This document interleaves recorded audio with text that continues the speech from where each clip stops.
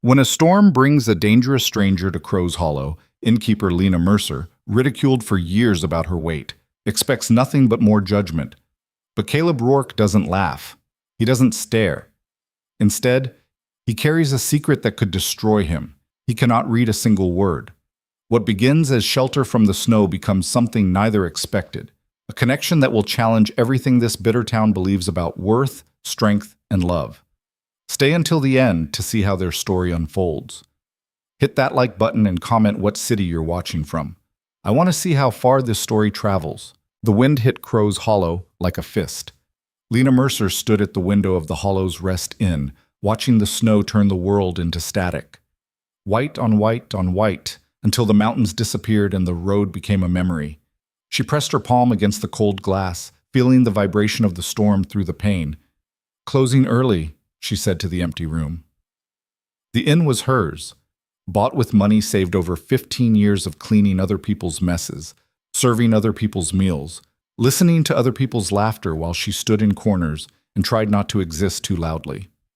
The building was old, the floorboards creaked, and the roof leaked in the back room during heavy rain, but it was hers. That mattered more than the leaks. She turned from the window and began her routine. Check the fire, lock the front door, count the money in the till. Not much, never much, but enough to keep the lights on. The inn sat on the edge of town where the road turned from pavement to gravel, and civilization gave way to wilderness. Travelers used it when they had no other choice. Locals avoided it unless they wanted to drink without being seen. Lena preferred it that way. She was reaching for the bolt on the front door when something moved in the storm. A shape. Tall, dark against the white. She froze. The shape moved closer, resolving into the outline of a man. Big. Bigger than anyone she knew in town. He walked like someone fighting a current, each step deliberate, his shoulders hunched against the wind. Snow clung to him like a second skin. Lena's hand hovered over the bolt. Every instinct said, "Lock it. Lock it now." But she didn't. She opened the door instead. The cold rushed in like it had been waiting for permission. The man stopped at the threshold, and Lena got her first real look at him. He was massive, not fat. She knew the difference, knew every variation of size that people thought they had the right to comment on, but built like something carved from stone and left out in the weather too long. His coat was wool, worn thin at the elbows. His boots were military surplus, tied with mismatched laces. Dark hair, wet with snow, fell across a face that looked like it had forgotten how to rest. "Inn closed?" His voice was rough, like gravel scraped across wood. "Should be." Lena didn't move from the doorway. "Storm's bad." "I know." "Where are you headed?" He paused. "Nowhere specific." That was the wrong answer. People traveling through Crow's Hollow always had a destination. The town wasn't on the way to anything. It was where the map ended and the empty spaces began. "You running from something?" she asked. His eyes met hers. They were gray, the color of the sky before snow. "Running too," he said. "Or maybe just running." Lena should have closed the door. Should have told him to try the motel 6 miles back, even though she knew the storm had already made that road impassable. Should have protected herself the way she'd learned to protect herself from every other stranger who looked at her like she was a problem to solve or a joke to share later. But he wasn't looking at her like that. He wasn't looking at her like anything. He was just looking. $20, she said. "Rooms upstairs, bathrooms shared. Breakfast isn't included, but I'll make coffee." He reached into his coat, slowly, like he knew sudden movements were a mistake, and pulled out a wallet held together with duct tape. He counted out $20 in wrinkled bills and held them out. Lena took the money. Their fingers didn't touch. "Name for the register," she said. "Caleb Rourke." She turned to the desk, pulled out the old leather-bound book she used because the computer had died 3 years ago, and she'd never bothered to replace it. She wrote his name in her careful script, then slid the book toward him. "Sign here." Caleb stared at the page. The silence stretched. Lena waited, pen still in her hand. "I don't—" He stopped, started again. "I can't—" Understanding hit her like cold water. "It's fine," she said quickly. She pulled the book back, made a mark where his signature should have been. "State doesn't check anyway." His jaw tightened, but he didn't argue. "Room 3, Lena said. Top of the stairs, second door on the left. Caleb nodded once and headed for the staircase. She watched him climb, each step careful, like he was used to measuring his weight against the world's tolerance for it. When he disappeared into the room, Lena locked the front door and leaned against it. Her heart was pounding. She didn't know why. The storm lasted 3 days. Lena had lived through enough mountain winters to know the rhythm. The first day was violence, the second was endurance, the third was negotiation. By the fourth morning, the sky would clear and the plows would come through, and life would remember how to move forward. She kept the inn running on routine. Coffee at 6, fire stoked by 7. She made eggs and toast because they were cheap and filling, set a plate outside Caleb's door, knocked twice, and walked away before he could open it. He never came downstairs while she was in the common room. She told herself that was normal. Guests kept to themselves. That's what people paid for: privacy, distance, the illusion that they were alone even when they weren't. But on the second night, she heard footsteps. Slow, careful. She was in the kitchen, washing dishes by hand because the dishwasher had broken the same week as the computer. She dried her hands and moved to the doorway, staying in the shadows. Caleb stood in the common room in front of the bookshelf. It wasn't much of a library, mostly paperbacks left behind by travelers, their spines cracked and pages yellowed. Romance novels, thrillers, a few westerns, one copy of Moby Dick that no one had ever finished. Lena kept them because empty shelves made the room feel colder. Caleb reached out and touched the spine of a book. His fingers traced the title slow and deliberate, like he was reading Braille. Then he pulled his hand back and turned away. Lena stepped into the room. "Can't sleep?" He spun, fast for someone his size. His hands came up slightly, defensive, before he forced them down. "Didn't mean to intrude," he said. "You're a paying guest. It's not intrusion." He glanced back at the bookshelf. "Just looking." Lena crossed to the shelf, pulled down a worn copy of a Jack London novel. "This one's good. Survival story. Man versus nature." She held it out. Caleb didn't take it. "I'm not much of a reader," he said. The lie sat between them, obvious and brittle. Lena set the book on the table. "Coffee's still hot. I was about to have a cup." She didn't wait for him to answer. She went to the kitchen, poured 2 mugs, brought them back, set one in front of the empty chair across from hers. Caleb stood there for a long moment. Then he sat. They drank in silence. The fire cracked and hissed. Outside, the wind rattled the windows, but it had lost its teeth. The worst was over. "You from around here?" Lena asked. "No." "Passing through?" "Maybe." That's a lot of maybes for someone with nowhere specific to go. His mouth twitched. Not quite a smile. "You always this nosy?" "Only when strangers show up in the middle of a blizzard and can't sleep." "Fair enough." He took another sip of coffee. "I'm from Montana. Moved around a lot. Worked construction, logging, whatever paid." "Why Crow's Hollow?" "Heard there might be work. Logging operation up in the hills." "McCreary's outfit? That the one?" Lena nodded. "He hires anyone willing to freeze their ass off for minimum wage. You'll fit right in." "You think so?" She studied him over the rim of her mug. "You look like someone who knows how to work." "That a compliment?" "Statement of fact." Caleb set down his mug. His hands were huge, scarred across the knuckles, the nails cut short and uneven. Working hands, the kind that built things and broke things and didn't apologize for either. "What about you?" he asked. "What about me?" "You from here?" "Born in Denver, moved here 15 years ago." "Why?" Lena smiled, but it didn't reach her eyes. "Wanted somewhere quiet." "This definitely qualifies." "It does."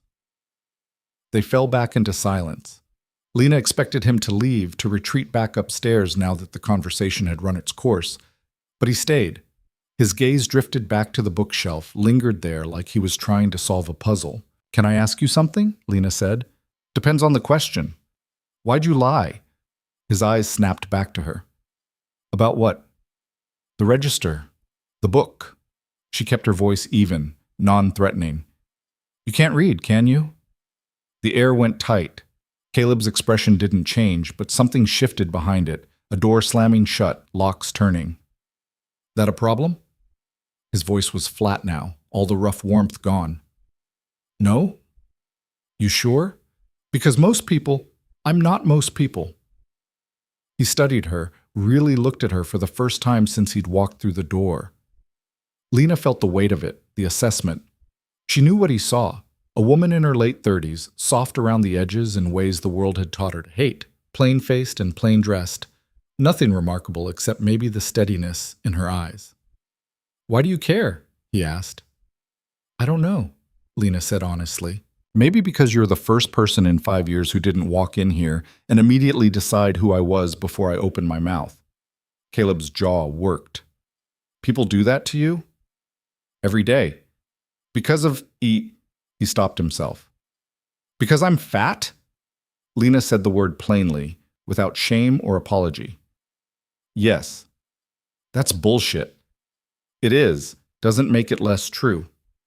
He was quiet for a moment, then, "I can't read. Never learned. Tried once when I was a kid, but..." He shook his head. "Didn't stick. It's not too late. I'm 42. So? So that ship sailed a long time ago." Lena leaned forward. "What if it didn't?" "What are you saying?" "I'm saying I could teach you." The words hung in the air between them, impossible and obvious at the same time. Caleb laughed, short, bitter. "You don't know what you're offering. I taught third grade for 10 years before I moved here. I think I have some idea. Third graders are kids. They're supposed to learn.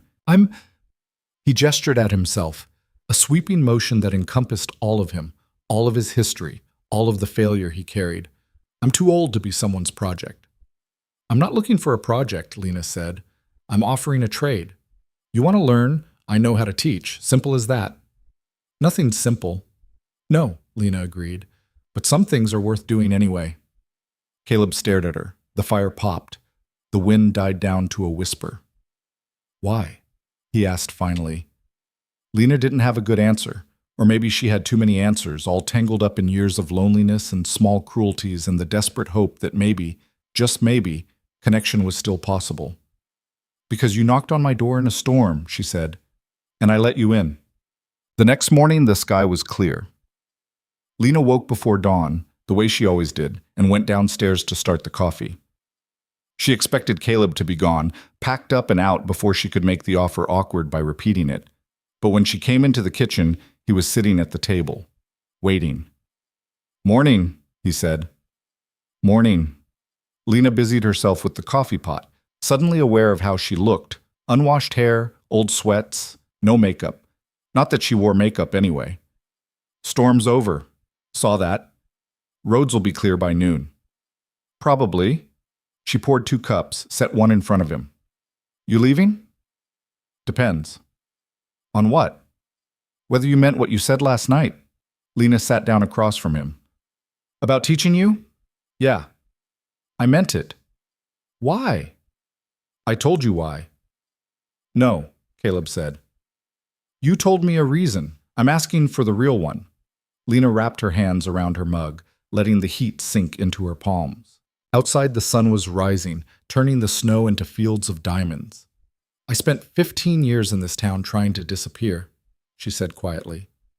"Trying to be small enough that people would stop noticing me, stop commenting, stop..." She stopped. "And then you walked in, and you didn't do any of that. You just existed. And I thought maybe that's what I've been missing. Not being smaller, just being seen for what I am instead of what everyone thinks I should be." Caleb was quiet for a long time. "I can't pay you," he said finally. "I'm not asking for money." "Then what do you want?" Lena smiled. "For you to actually learn something." "That's it?" "That's it." He nodded slowly. "Okay. Okay. Okay," he said again. "Let's do it, Dad." They started that afternoon. Lena cleared the table in the common room, set out a notebook and a pencil. She dug through the storage closet until she found the old teaching supplies she'd brought with her from Denver. Flashcards, workbooks, a laminated alphabet chart that had survived a decade of sticky fingers and spilled juice. Caleb sat across from her, his large frame hunched over the table like he was trying to make himself smaller. "We'll start with the alphabet," Lena said. Do you know any of the letters? Some, maybe. He frowned. I can recognize a few, like that one. He pointed at the letter A. But I don't know what sound it makes. That's fine. That's where we start. She went through each letter, showing him the shape, the sound, the way it connected to words he already knew. Apple, bear, cat, simple, clean, foundational. Caleb watched her lips when she spoke, like he was trying to memorize the movement as much as the sound. Your turn, Lena said, after they'd gone through the first 5 letters. Point to the letter that makes the B sound. Caleb stared at the chart. His finger hovered over the letters, uncertain. Take your time. He pointed to D. Close, Lena said gently. That's D. It makes the duh sound. Try again. His jaw tightened, but he looked again. This time he pointed to B. That's it? Good. Took me 3 tries. So, you got it. Kid would have gotten it on the first try. Maybe, Lena said. Or maybe the kid would have guessed and been wrong too. You're learning the same way everyone learns, one step at a time. They worked for 2 hours. By the end, Caleb could identify all the vowels and most of the consonants, though he still mixed up B and D, P and Q. That's normal, Lena assured him. Those letters are mirror images. Your brain needs time to tell them apart. How much time? However long it takes. Caleb rubbed his eyes. This is harder than I thought. Everything worth doing is. He looked at her, something shifting in his expression. You really believe that? I have to, Lena said. Otherwise, what's the point? What? The lessons became a routine. Every day after Caleb came back from the logging camp, he'd stop by the inn. Sometimes he stayed an hour, sometimes 3. Lena adjusted her schedule around him, keeping the common room clear, the fire burning, the coffee fresh. They progressed slowly. Letters became sounds, sounds became words, words became sentences. Caleb struggled with everything. He'd sit at the table, pencil gripped too tight in his fist, and try to copy the words Lena wrote for him. His handwriting was terrible, jagged, uneven, letters that leaned in every direction like they were drunk. This looks like shit, he said one evening, staring at his attempt to write his own name. It looks like a first draft, Lena corrected. Try again. What's the point? I'm 42 years old. I'm never going to write like what? Like someone who started when they were 6? Lena leaned forward. You're not competing with anyone, Caleb. You're learning for yourself. I'm learning because I'm tired of being stupid. You're not stupid. I can't read a fucking menu, Lena. That doesn't make you stupid. It makes you someone who never had the chance to learn. His hand curled into a fist around the pencil. You don't know what it's like. You're right. I don't. She kept her voice calm. So tell me. Caleb looked away, toward the window. Outside, snow was falling again, light and lazy, nothing like the storm that had brought him here. My old man used to beat the shit out of me when I couldn't figure out my schoolwork, he said quietly.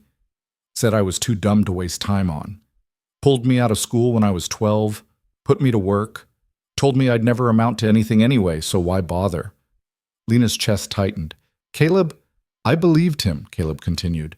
For years I believed him, and every time I tried to read something, a sign, a form, anything, and couldn't do it, it just proved he was right. He wasn't right. Wasn't he? No. Lena reached across the table, her hand hovering near his. What he did to you was abuse. It wasn't truth. And you learning to read now? That's proof he was wrong. Caleb finally looked at her. His eyes were raw, stripped of all the armor he usually wore. What if I can't do it? He asked. Then we keep trying until you can. And if I still can't? Then at least you tried. That's more than most people can say. Something broke in his expression. Not collapse, but release. Like he'd been holding his breath for 30 years and finally remembered how to exhale. Okay, he said. Okay. The town started noticing in the 3rd week. Crow's Hollow was small, less than 3,000 people, most of them stretched across farmland and forest, connected by gossip and judgment in equal measure. Lena had lived there long enough to know how it worked. Newcomers were watched, deviations from routine were noted, and anything that looked like change was treated with suspicion. Caleb's truck parked outside the inn every evening was definitely a change. The first comment came from Martha Grayson, who ran the general store and considered herself the town's social authority. Lena was buying flour when Martha leaned across the counter, voice pitched low enough to be conspiratorial, but loud enough for the other customers to hear. Saw that man's been spending a lot of time at your place. He's a guest, Lena said evenly. Guests usually leave after a few days. He found work at McCreary's. Makes sense to stay close. Martha's smile was thin. Just seems odd, is all. Big man like that, spending every evening with... She stopped, but the implication hung in the air. With someone like you. Lena paid for her flour and left without another word, but the comments didn't stop. They came from the diner, the gas station, the post office, whispers that followed her down the street like stray dogs. What's she doing with him? He probably feels sorry for her. Or maybe he's just using her for a place to stay. Can you imagine? Her and him? Lena had heard variations of those words her entire life. She'd learned to let them slide off, to build walls thick enough that they couldn't reach the soft parts of her. But this time, they stuck. Because this time, they weren't just about her. She didn't tell Caleb. She told herself it was because it didn't matter, because the town's opinion had never mattered before, and it shouldn't start mattering now. But the truth was, she was afraid. Afraid that if she told him what people were saying, he'd leave. Afraid that he'd decide the lessons weren't worth the hassle, that learning to read wasn't worth being associated with the fat innkeeper everyone liked to laugh about. So she kept quiet and kept teaching. And Caleb kept learning. By the end of the month, he could read simple sentences. Nothing complex, nothing fast, but he could do it. Lena would write out basic instructions. The cat sat on the mat. The dog ran to the park. And Caleb would read them aloud, his voice halting but determined. "This is stupid," he said one evening, staring at a sentence about a boy and his bike. Why? Because who cares about some kid and his bike? It's practice. It's boring, Lena laughed. Okay, fine. What do you want to read about? Caleb thought for a moment. Mountains, logging, actual things? All right. Lena pulled over the notebook and wrote, "The logger climbed the steep mountain trail at dawn." Caleb read it slowly, sounding out steep and trail, stumbling over dawn. Again, Lena said. He read it again, smoother this time. Better. Now you write one. Me? You. Caleb picked up the pencil. His hand shook slightly, but he pressed the tip to the paper and began to write. The man worked hard in the cold. The letters were crooked. The spacing was uneven. But it was a sentence. His sentence. Lena felt something unfamiliar rise in her chest. Pride, maybe. Or hope. Perfect, she said. Caleb looked up, and for the first time since she'd met him, he smiled. That night, after Caleb left, Lena stood in the empty common room and let herself imagine something impossible. What if this wasn't just lessons? What if this was the beginning of something else? She shut the thought down immediately. She'd spent too many years learning that hope was dangerous, that wanting things only made it hurt more when they didn't happen. But the thought wouldn't stay buried. It surfaced again the next evening when Caleb showed up early, carrying a thermos of coffee he'd bought from the diner. Figured you're always making coffee for me, he said, setting it on the table. Thought I'd return the favor. You didn't have to do that. I know. They sat down to work, but Lena found herself distracted. She kept glancing at the thermos, at the small gesture it represented. He'd thought of her, not as a teacher, not as a means to an end, as a person. You okay? Caleb asked, pulling her back to the present. Yeah, sorry. What were you saying? I asked if we could try something harder. I'm tired of sentences about cats and bikes. Lena smiled. Ambitious. Just bored. She pulled a book from the shelf, a thin paperback, something simple but real. Opened it to the first page. Try this. Caleb looked at the text, his brow furrowing. That's a lot of words. Start with the first sentence. Take your time. He began to read, slow and careful, his finger tracking under each word. The wind blew through the trees like ghost. He looked up. Did I get that right? You did. Took me forever. You'll get faster. When? When you stop doubting yourself. Caleb set the book down. That's easier said than done. I know. They sat in silence for a moment. The fire crackled. Outside the world was dark and cold, but inside the room felt warm. Can I ask you something? Caleb said. Sure. Why'd you really come here? To Crow's Hollow? Lena hesitated. I told you, I wanted somewhere quiet. That's the same non-answer I gave you when I showed up. Try again. She sighed. I was tired. Tired of being looked at like I was wrong, like my body was something I needed to apologize for. She met his eyes. I thought if I came somewhere small, somewhere I could just exist without commentary, it would be better. Was it? No. People here are the same as people everywhere, just fewer of them. Then why stay? Because leaving would mean admitting they won, and I'm too stubborn for that. Caleb smiled. I can respect that. What about you? Lena asked. Why'd you really come here? Same reason, he said. I was tired. Tired of being looked at like I was worthless because I couldn't do something everyone else could. Figured maybe in a place like this, it wouldn't matter as much. Does it? I don't know yet. They looked at each other across the table. Two people who'd spent their lives being told they weren't enough, trying to figure out if maybe, together, they could be something more. We're a pair, aren't we? Lena said softly. Yeah, Caleb said. I guess we are. The gossip reached a breaking point in the 5th week. Lena was at the post office when she overheard two women, Janet Colby and Susan Worth, both pillars of the church and the PTA, talking in the next aisle. I heard he's there every single night. It's inappropriate.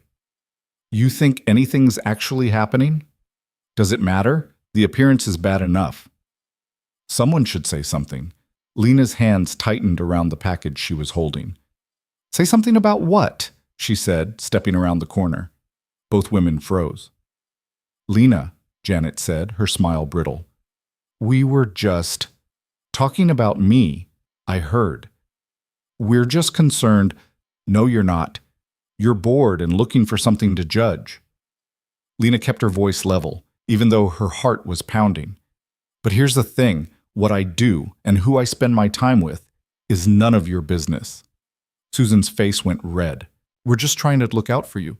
By spreading gossip, by making assumptions. Lena stepped closer. I don't need your concern. I need you to mind your own damn life.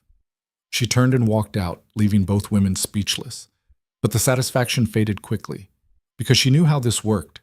The story would spread. It would twist. By tomorrow, half the town would be talking about how Lena Mercer had lost her temper at the post office, how she was defensive because she knew what she was doing was wrong, and Caleb would hear it. She went home and tried to convince herself it didn't matter, but when he showed up that evening, she could see it in his face. He knew. We need to talk, he said. Lena's stomach dropped. Okay. They sat at the table, but neither of them reached for the books. I heard what people are saying, Caleb said. It doesn't matter. Like hell it doesn't. His voice was tight. They're making it sound like we're... I know what they're making it sound like. Does that bother you? Of course it bothers me, but I'm not going to let them dictate what I do. Caleb ran a hand through his hair. Maybe we should stop. The lessons. No. Lena, no, she said again, more forcefully. I'm not giving them that power. It's not about power, it's about... He stopped, struggling. I don't want to make things harder for you. You're not. They are. Because of me. Because of them. Lena leaned forward. Caleb, I've spent 15 years trying to be invisible so people would leave me alone. And you know what? It didn't work. They talked anyway. They judged anyway. So if they're going to do it regardless, I might as well live my life on my own terms. He looked at her, something fierce and uncertain in his expression. You sure about that?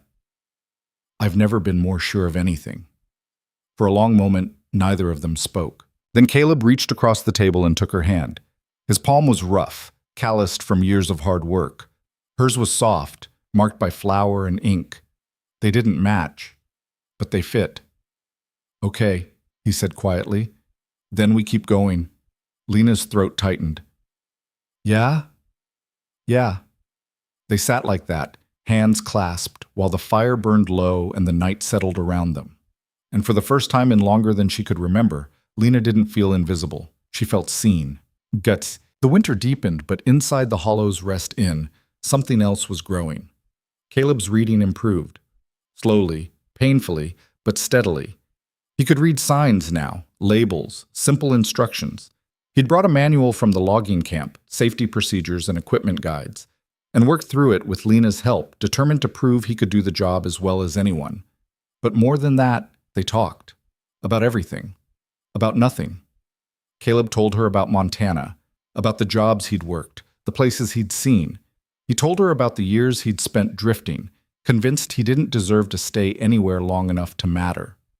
Lena told him about Denver, about the classroom she'd loved and the principal who'd suggested, gently, kindly, that maybe she should consider a different career path, one where she wouldn't be so visible to parents who had concerns about role models.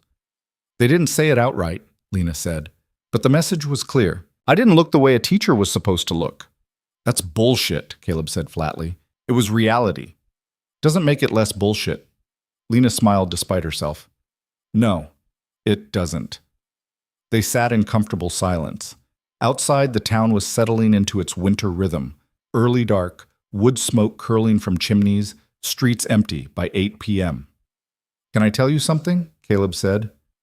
"Always. I've never—" He stopped, started again.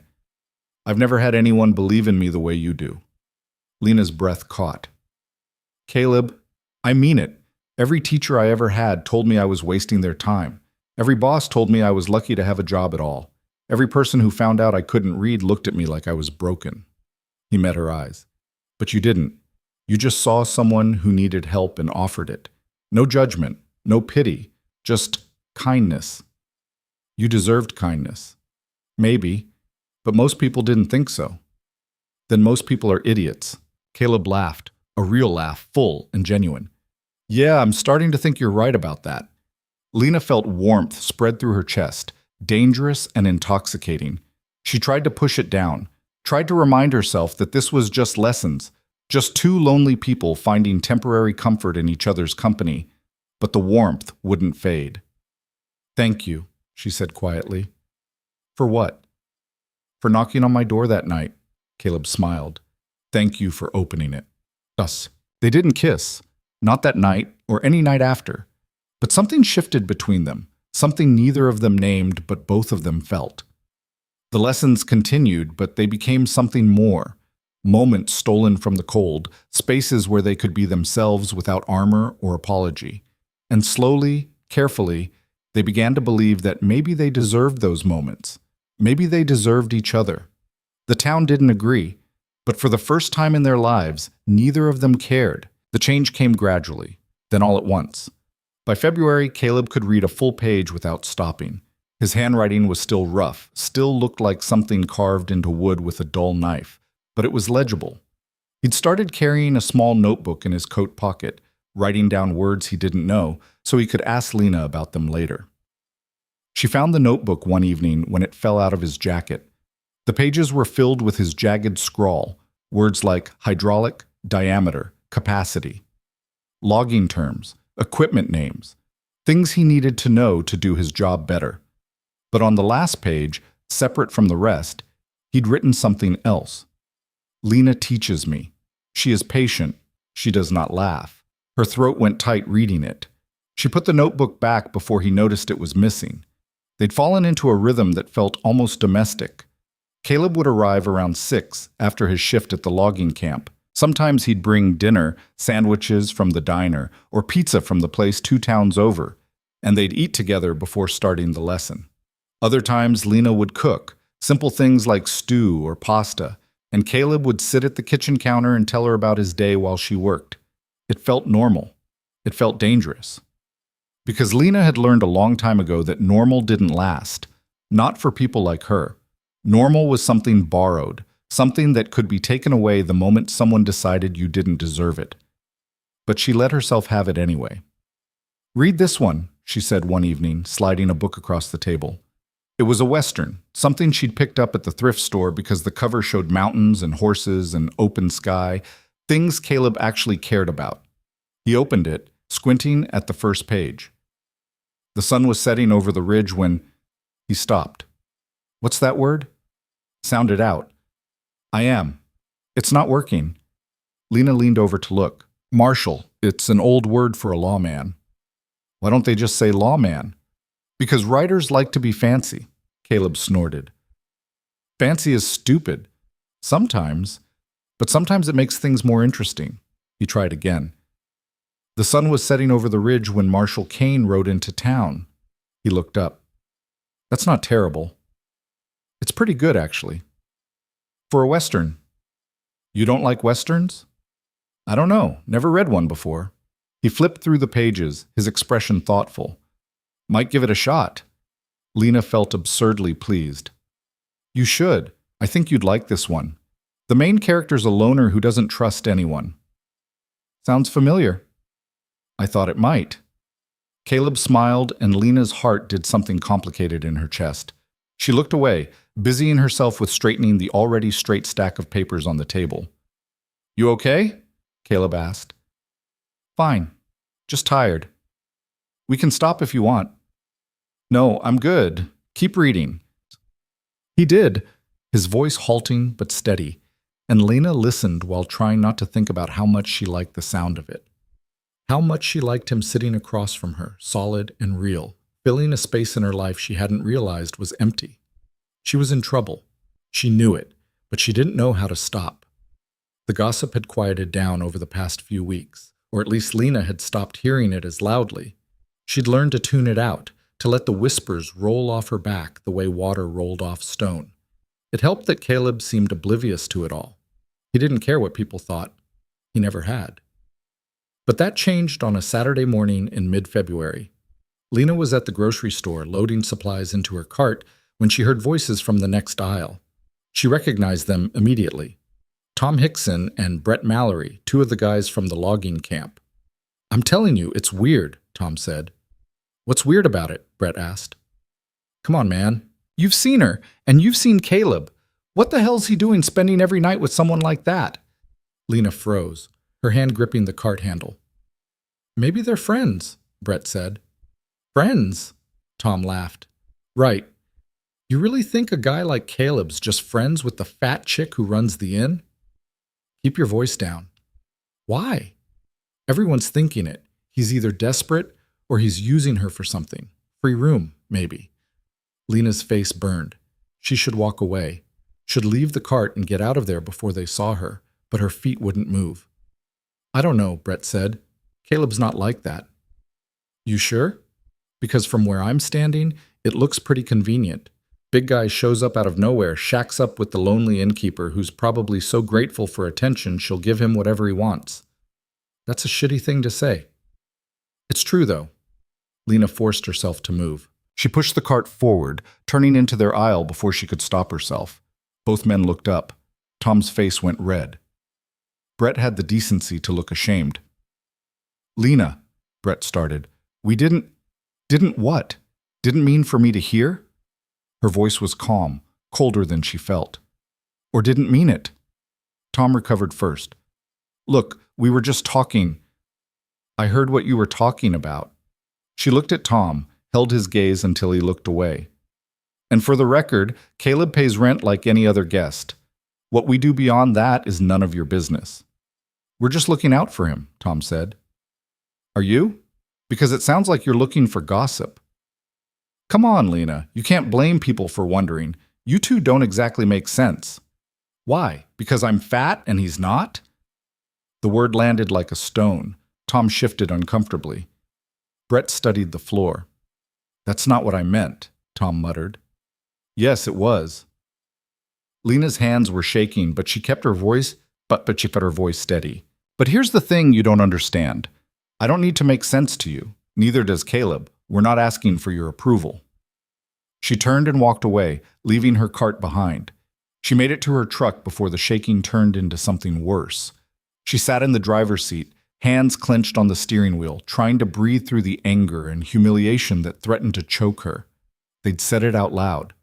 The thing everyone thought, but usually had the decency to whisper behind closed doors.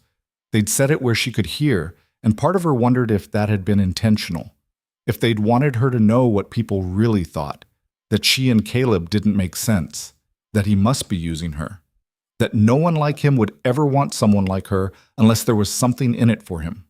She drove home on autopilot, her vision blurred with tears she refused to let fall. When she got back to the inn, Caleb's truck was already there. She'd forgotten it was Saturday. He didn't work weekends. He'd probably been waiting for over an hour. She found him in the common room, reading the Western she'd given him. He looked up when she came in, and his expression shifted immediately. "What happened?" "Nothing." "Lena." "I'm fine." He stood, crossing to her in 3 long strides. "You're not fine. What happened?" She tried to hold it together, tried to brush it off the way she'd brushed off 1,000 other comments over the years. But something broke. "They think you're using me," she said, the words spilling out before she could stop them. "The guys from your camp, they think you're only spending time with me because I'm desperate enough to give you free rent or whatever else you want." Caleb's face went dark. "Who said that?" "It doesn't matter." "The hell it doesn't. Who?" "Tom Hickson, at the grocery store." Lena sank into a chair, suddenly exhausted. "He basically said we don't make sense, that you're either desperate or using me. That son of a—" "He's not wrong, though," Lena said quietly. Caleb stopped. "What?" "We don't make sense, not to them, not to anyone." She looked up at him. You're you, and I'm—" "Don't," Caleb said, his voice sharp. "Don't finish that sentence." "Why not? It's true." "It's bullshit." He crouched in front of her chair, forcing her to meet his eyes. "You think I'm here because I'm using you? You think I'm spending every night learning to read because I want free rent?" "I don't know, maybe." "Listen to me." His voice was rough, urgent. "I'm here because you're the first person in my entire life who looked at me and didn't see a problem to fix or a lost cause to pity. You saw someone worth teaching, someone worth your time." He took her hand, his grip firm. "And if that doesn't make sense to Tom Hickson or anyone else in this town, I don't give a damn." Lena's throat was tight. "They're going to keep talking. Let them. It's going to get worse." "I don't care." "You should. You work with these people. And I'll keep working with them. But I'm not going to stop coming here. I'm not going to stop learning from you. Not because some asshole thinks we don't make sense." She wanted to believe him, wanted to believe that it could be that simple. But she'd spent too many years being the punchline to think it would ever be anything else. "What if they're right?" she whispered. "What if this is just— What if you realize—" Caleb cut her off by squeezing her hand. "I'm not going anywhere, Lena. Not unless you tell me to go." She looked at him, really looked at him, at the scars on his knuckles, the rough edges that hadn't been smoothed by time or kindness, at the determination in his eyes, the stubborn set of his jaw. He meant it. She didn't know what to do with that. "Okay," she said finally. "Okay? Okay. We keep going." Something eased in his expression. "Good." They sat like that for a long moment, his hand wrapped around hers, the silence heavy with things neither of them knew how to say. Finally, Caleb stood. "I'm going to have a conversation with Tom on Monday." "Don't. It'll just make it worse." "I'm not going to fight him, just going to make sure he understands some things." "Caleb, trust me." She did. That was the terrifying part. That evening, they didn't do a lesson. Instead, they sat by the fire and Caleb read his Western aloud, stumbling over words but pushing through. Lena listened, letting his voice fill the room, and tried not to think about how much she'd miss this if it ever ended.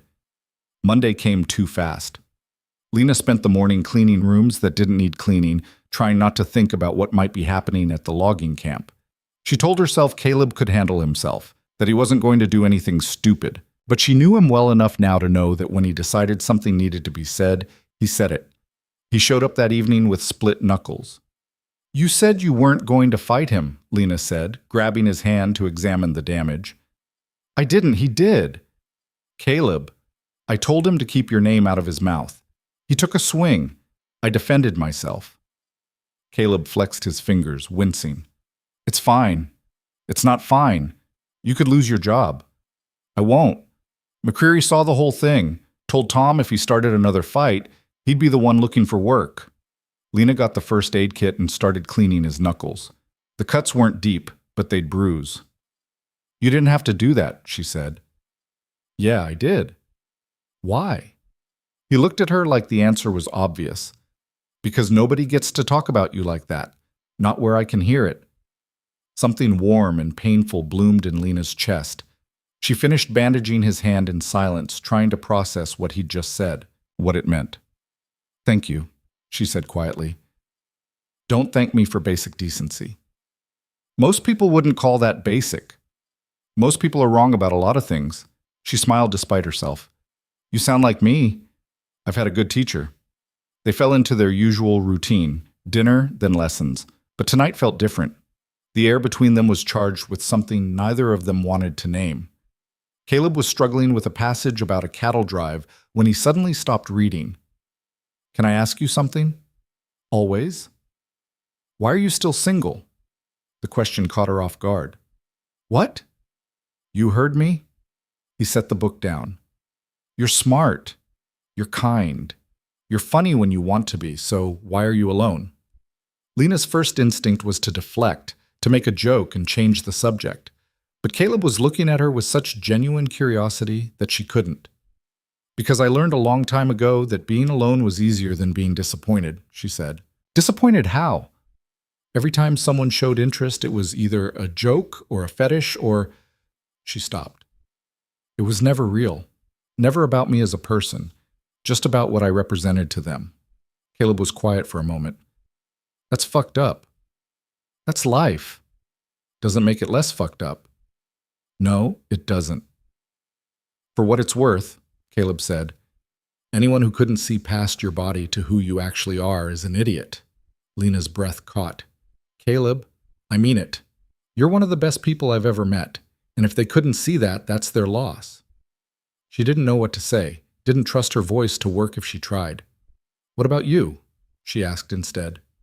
Why are you single? Caleb let out a short laugh. Same reason, I guess. People found out I couldn't read and decided I wasn't worth their time, or they wanted to fix me, which is just another way of saying I wasn't good enough as I was. You are good enough. So are you.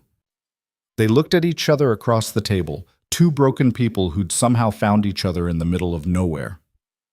We're a mess, aren't we? Lena said. Yeah, Caleb agreed. But maybe that's okay. Something shifted in that moment. Some invisible line they'd been dancing around for weeks. Lena felt it, saw it reflected in Caleb's eyes. He felt it too. But neither of them crossed it. Not yet. The weeks that followed were harder. The fight at the logging camp had consequences Caleb hadn't anticipated. Tom Hickson had friends, and those friends made Caleb's work life difficult. Tools went missing, assignments got mixed up, small acts of sabotage that couldn't be traced back to any one person. Caleb didn't complain. He just worked harder, proved himself more valuable, made himself too useful to fire. But Lena could see the toll it was taking. He showed up later some evenings, exhausted and frustrated. His hands were more battered, his shoulders tighter. He'd go through the lessons mechanically, his mind somewhere else. You should take a break, Lena said one night when he'd read the same sentence 3 times without absorbing it. I'm fine. You're not. You're exhausted. I said I'm fine. The snap in his voice made her flinch. Caleb saw it and immediately backed down. I'm sorry, I didn't mean... It's okay. It's not. He rubbed his face. This is exactly what they want. For me to be too tired or too angry to keep coming here, and I'm not giving them that. Caleb, it's okay to admit when something's hard. I know it's hard. Everything's always been hard. He stood, paced to the window. But this is the one thing in my life that isn't, and I'm not losing it because some assholes at work can't mind their own business. Lena's heart was pounding. You're not going to lose this. You sure about that? Yes. He turned to look at her. Why? Because I don't want to lose it either. The admission hung between them, heavy and true. Caleb crossed back to the table, but he didn't sit. He stood there looking down at her, and Lena saw something in his face that made her breath catch. "Lena, don't," she said quickly. "Don't say whatever you're about to say." "Why not?" "Because once you say it, we can't go back. Maybe I don't want to go back." Her pulse was racing. "Caleb, we need to think about this." "I have been thinking about it for weeks." "So have I. But that doesn't mean what? That it's a good idea?" He crouched in front of her chair again, the way he had after the grocery store incident. "Maybe it's not. Maybe it's the worst idea either of us has ever had. But I don't care anymore." "You should care. This town will eat us alive." "Let them try." "I'm serious." "So am I." He took her hand.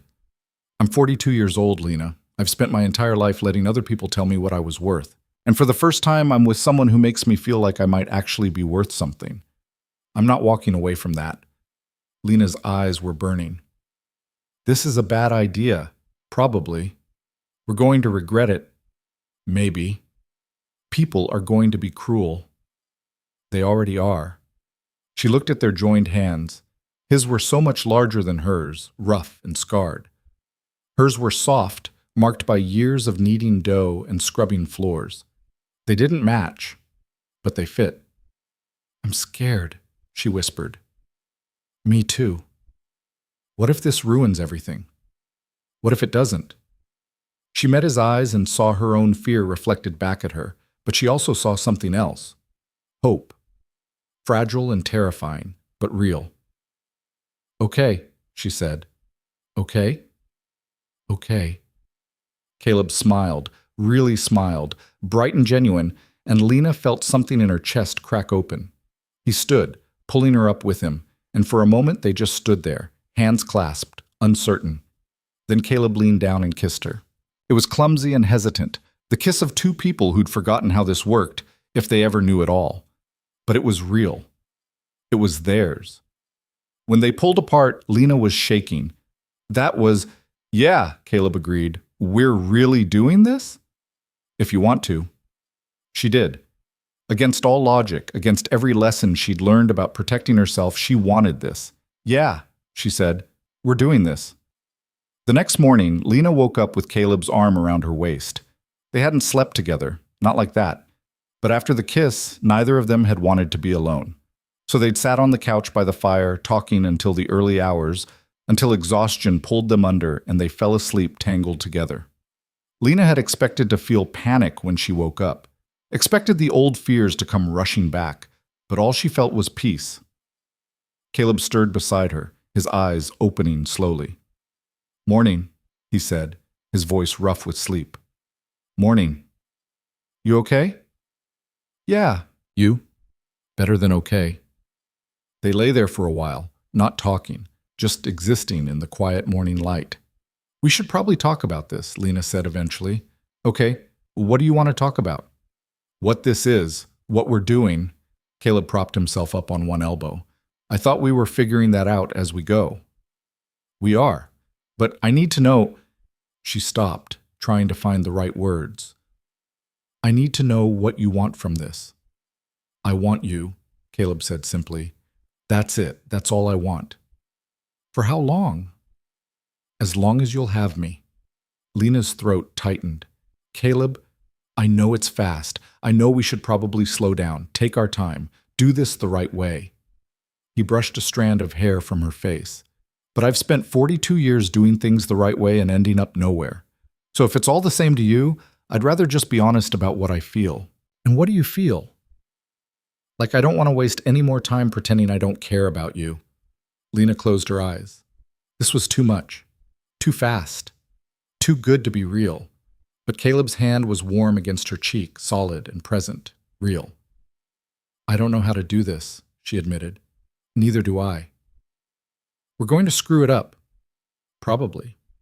The town's going to make our lives hell." "Definitely." She opened her eyes and looked at him. "You're not making a very good case here."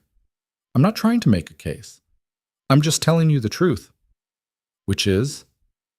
"That I'm scared and I don't know what I'm doing, but I'd rather figure it out with you than be safe and alone." Lena felt tears prick her eyes. That might be the most romantic thing anyone's ever said to me. Really? Because I was kind of winging it. She laughed, and it felt good, felt right. Me too, she said. I want this too. Caleb's smile was worth every risk. They spent the rest of the morning in a kind of suspended reality, moving around each other carefully, learning the rhythms of this new thing between them. Caleb made coffee. Lena made breakfast. They ate in comfortable silence, stealing glances like teenagers.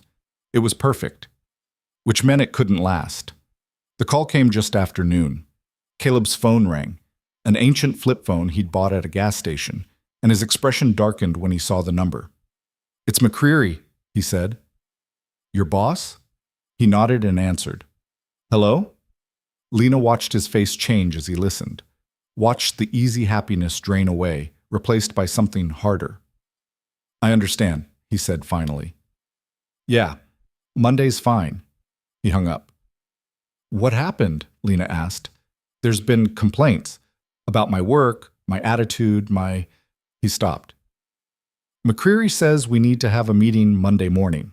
Talk about my future with the company. They're going to fire you." "Maybe." "Because of me." "Well, because of assholes who can't mind their own business." Caleb set the phone down. "It's not your fault." "It is, though. If you weren't spending time here, then I'd still be illiterate and alone. Is that better? You wouldn't be losing your job." "I don't care about the job." "You need the job, Caleb. You need the money." "I'll find something else." "In Crow's Hollow? Doing what?" He didn't have an answer for that. Lena felt the old panic rising. This was what happened. This was why she'd learned to stay alone. Because the moment you let someone in, the moment you allowed yourself to want something, the world found a way to take it away. "Maybe we should slow down," she said. Caleb's head snapped up. "What?"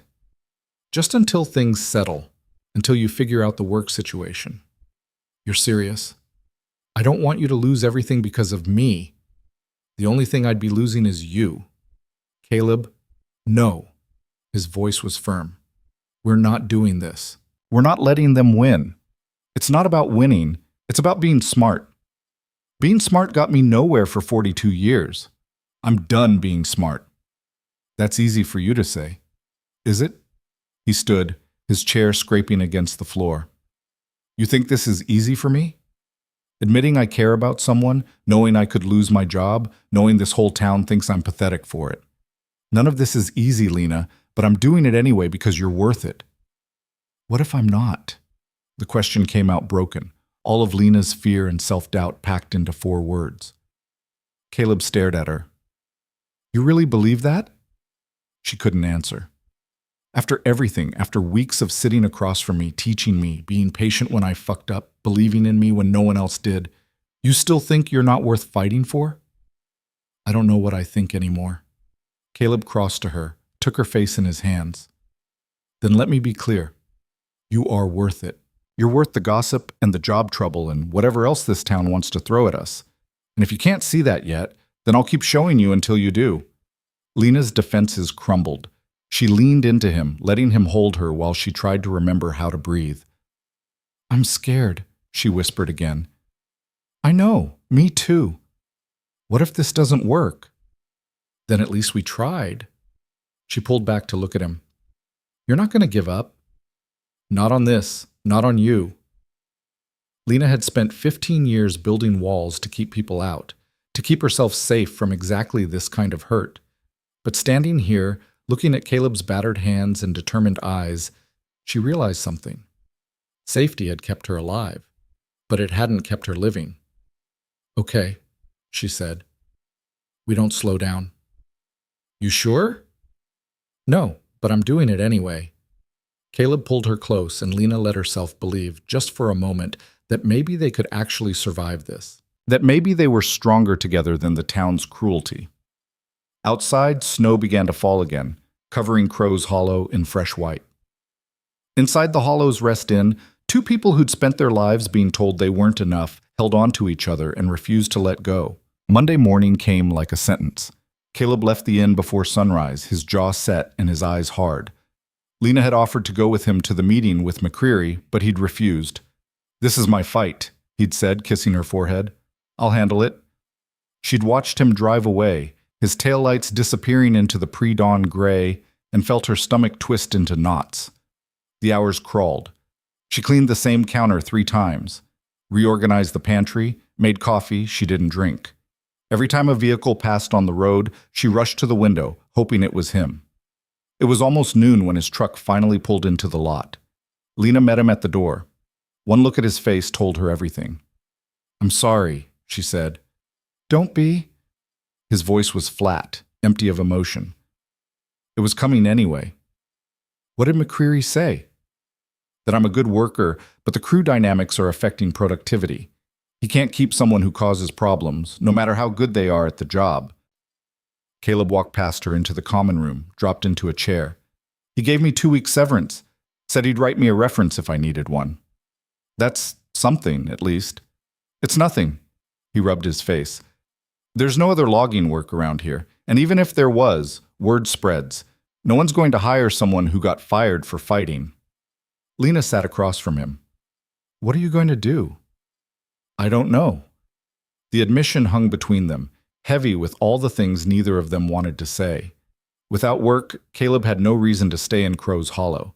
He could pack up and leave, find employment in another town, another state, start over somewhere no one knew about the innkeeper he'd gotten involved with. It would be easier, smarter. "You could stay here," Lena said quietly, "at the inn, until you figure things out." "I can't afford—" "I'm not asking you to pay." Caleb looked at her sharply. "I'm not taking charity." "It's not charity. It's—" She struggled for the right word. "It's what people do when they care about each other. People will talk. They're already talking. It'll be worse if I'm living here full time." "Let it be worse." Lena leaned forward. "You told me you weren't giving up. Well, neither am I, so stay. We'll figure the rest out." Caleb was quiet for a long moment, his hands clenched on the table. "Okay," he said finally, "but I'm getting another job. I'm not mooching off you." "I know you're not. And I'm paying rent as soon as I have money coming in." "Fine." "I mean it, Lena. I know. I believe you." He nodded, some of the tension leaving his shoulders. "Okay."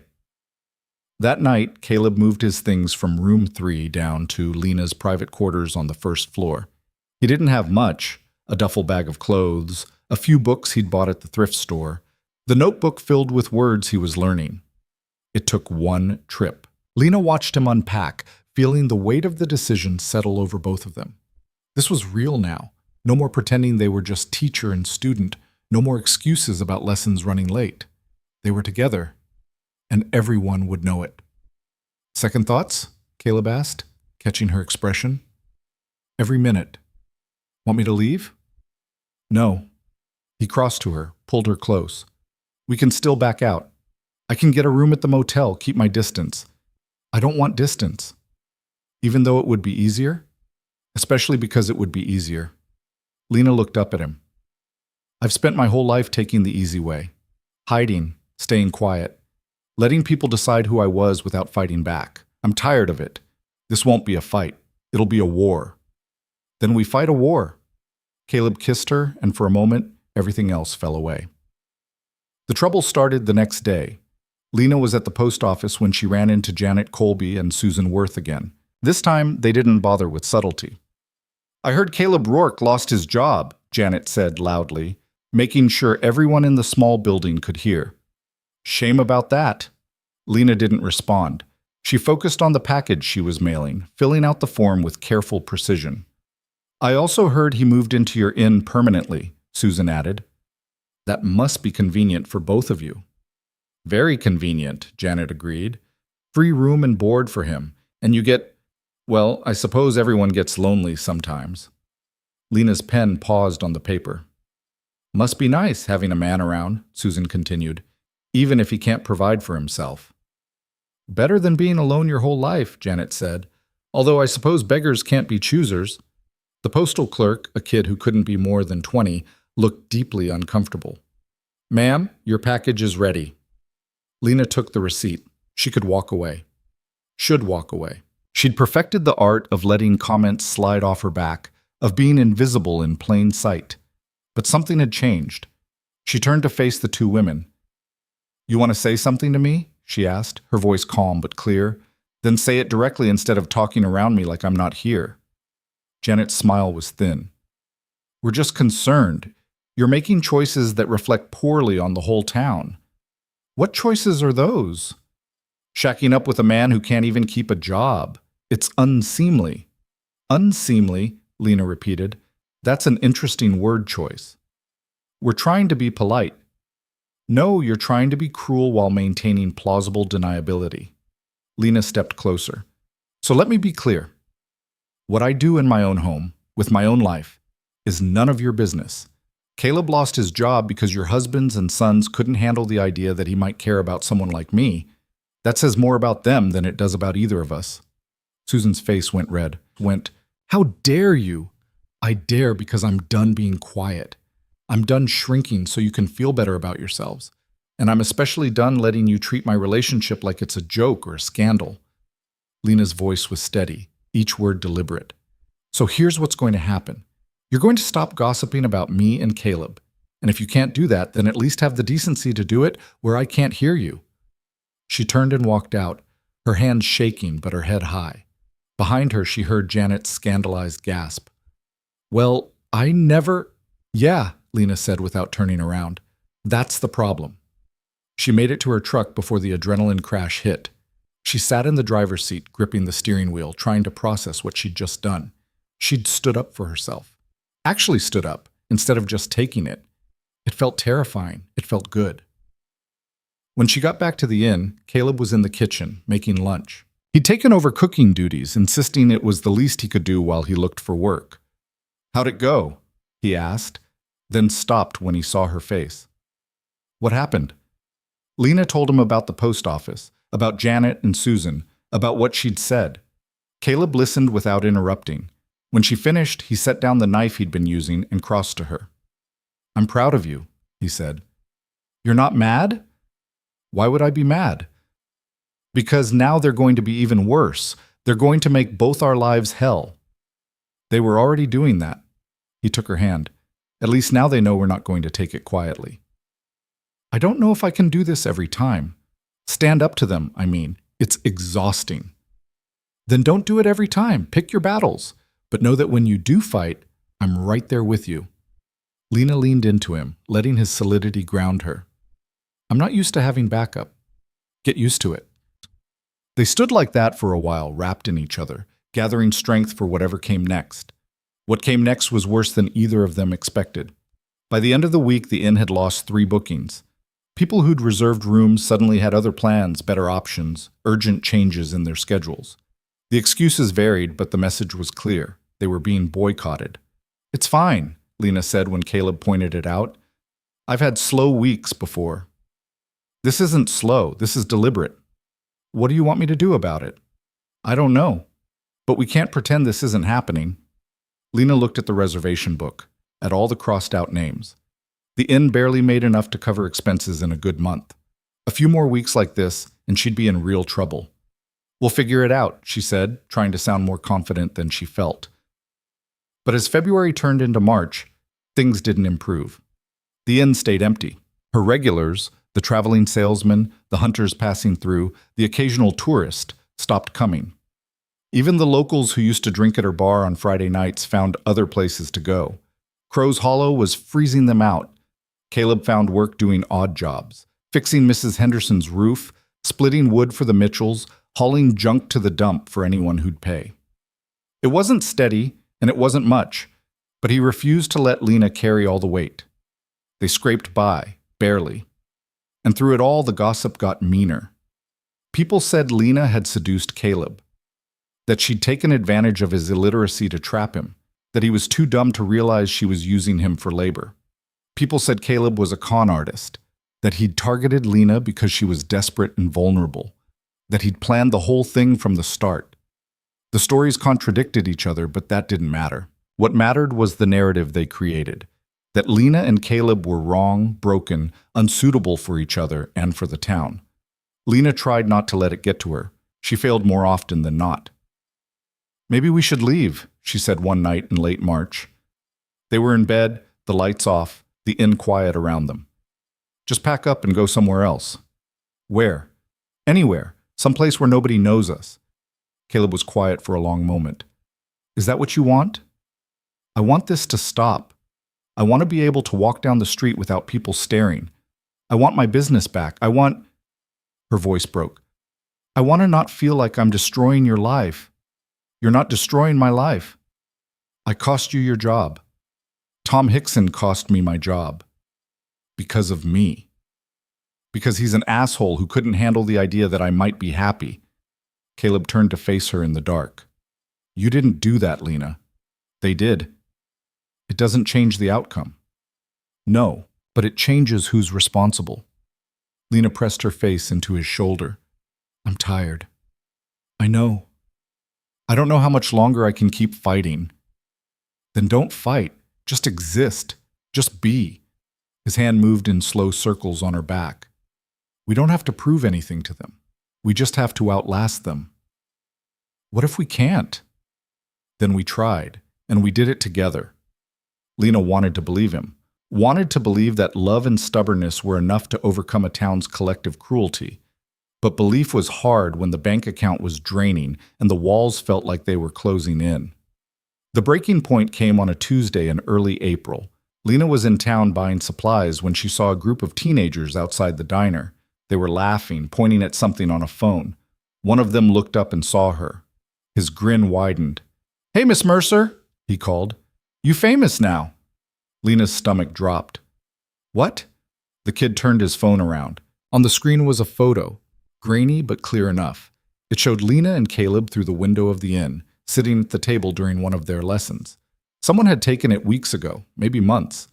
Below the photo, someone had written, "Beauty and the Beast, but which one's which?" The comments underneath were worse. The teenagers laughed as Lena's face went hot. She turned and walked away, their jeers following her down the street. She drove home on autopilot, her vision blurred. When she got to the inn, she went straight to the bedroom and locked the door. Caleb found her 20 minutes later, sitting on the floor with her back against the bed. "Lena?"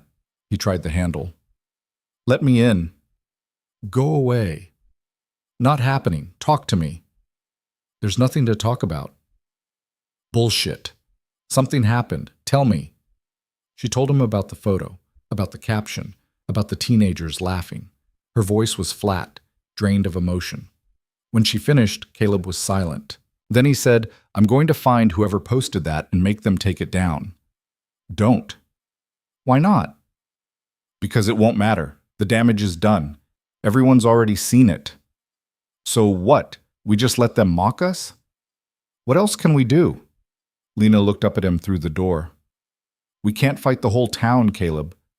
We can't make them stop. We can try." "And then what?" "They escalate. They get meaner. They find new ways to hurt us." She dropped her head into her hands. "I can't do this anymore." Caleb's voice went quiet. "What are you saying?" "I'm saying maybe everyone's right. Maybe this doesn't make sense. Maybe we're just two broken people clinging to each other because we're too scared to be alone." "You don't mean that." "How do you know?" "Because I know you." "You've known me for 3 months, Caleb. That's nothing." "It's everything." His voice was fierce now. "Open the door, Lena." "No." "Then I'll break it down." "You wouldn't?" The door rattled as Caleb slammed his shoulder against it. The old lock held, but barely. "Stop," Lena said. "You're going to hurt yourself."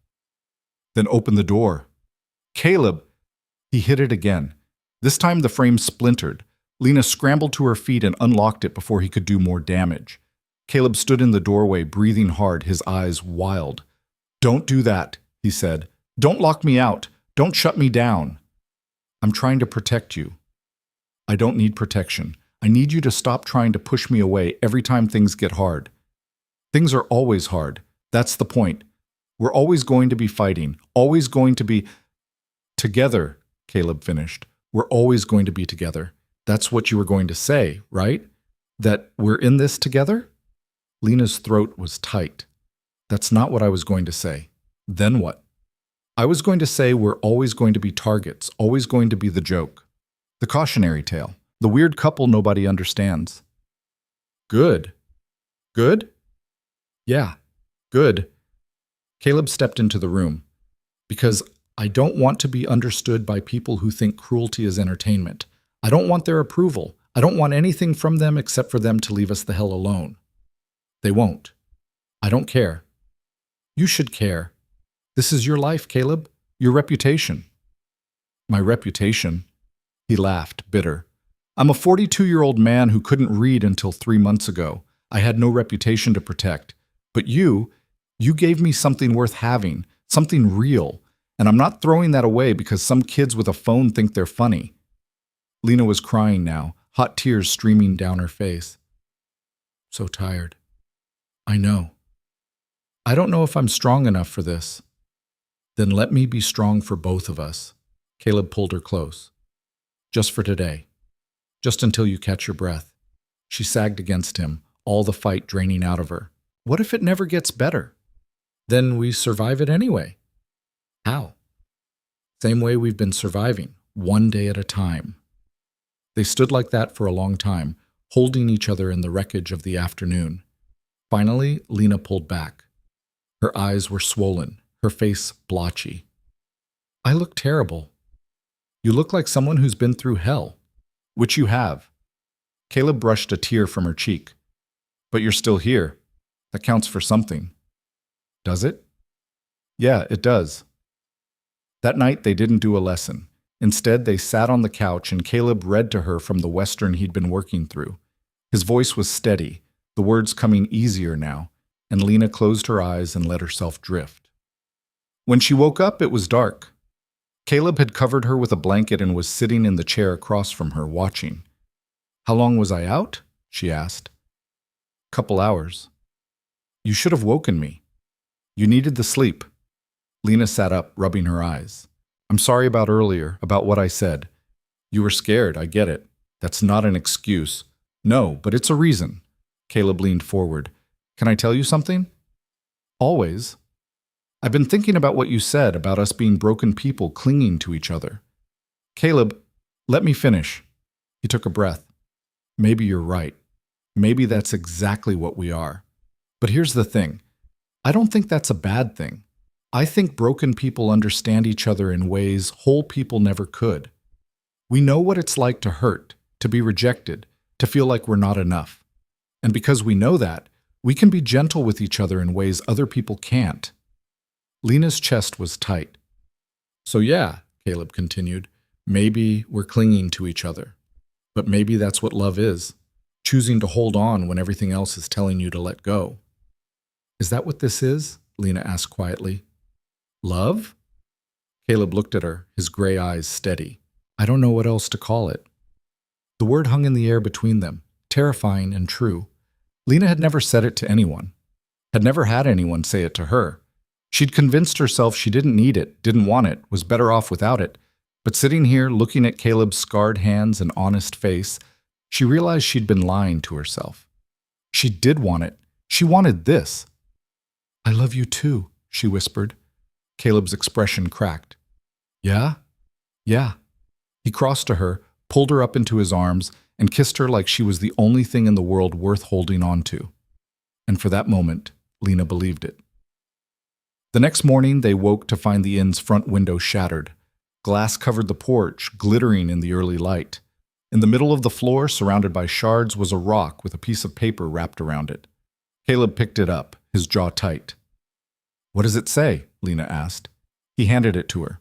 The message was short, written in blocky letters, leave town or it gets worse.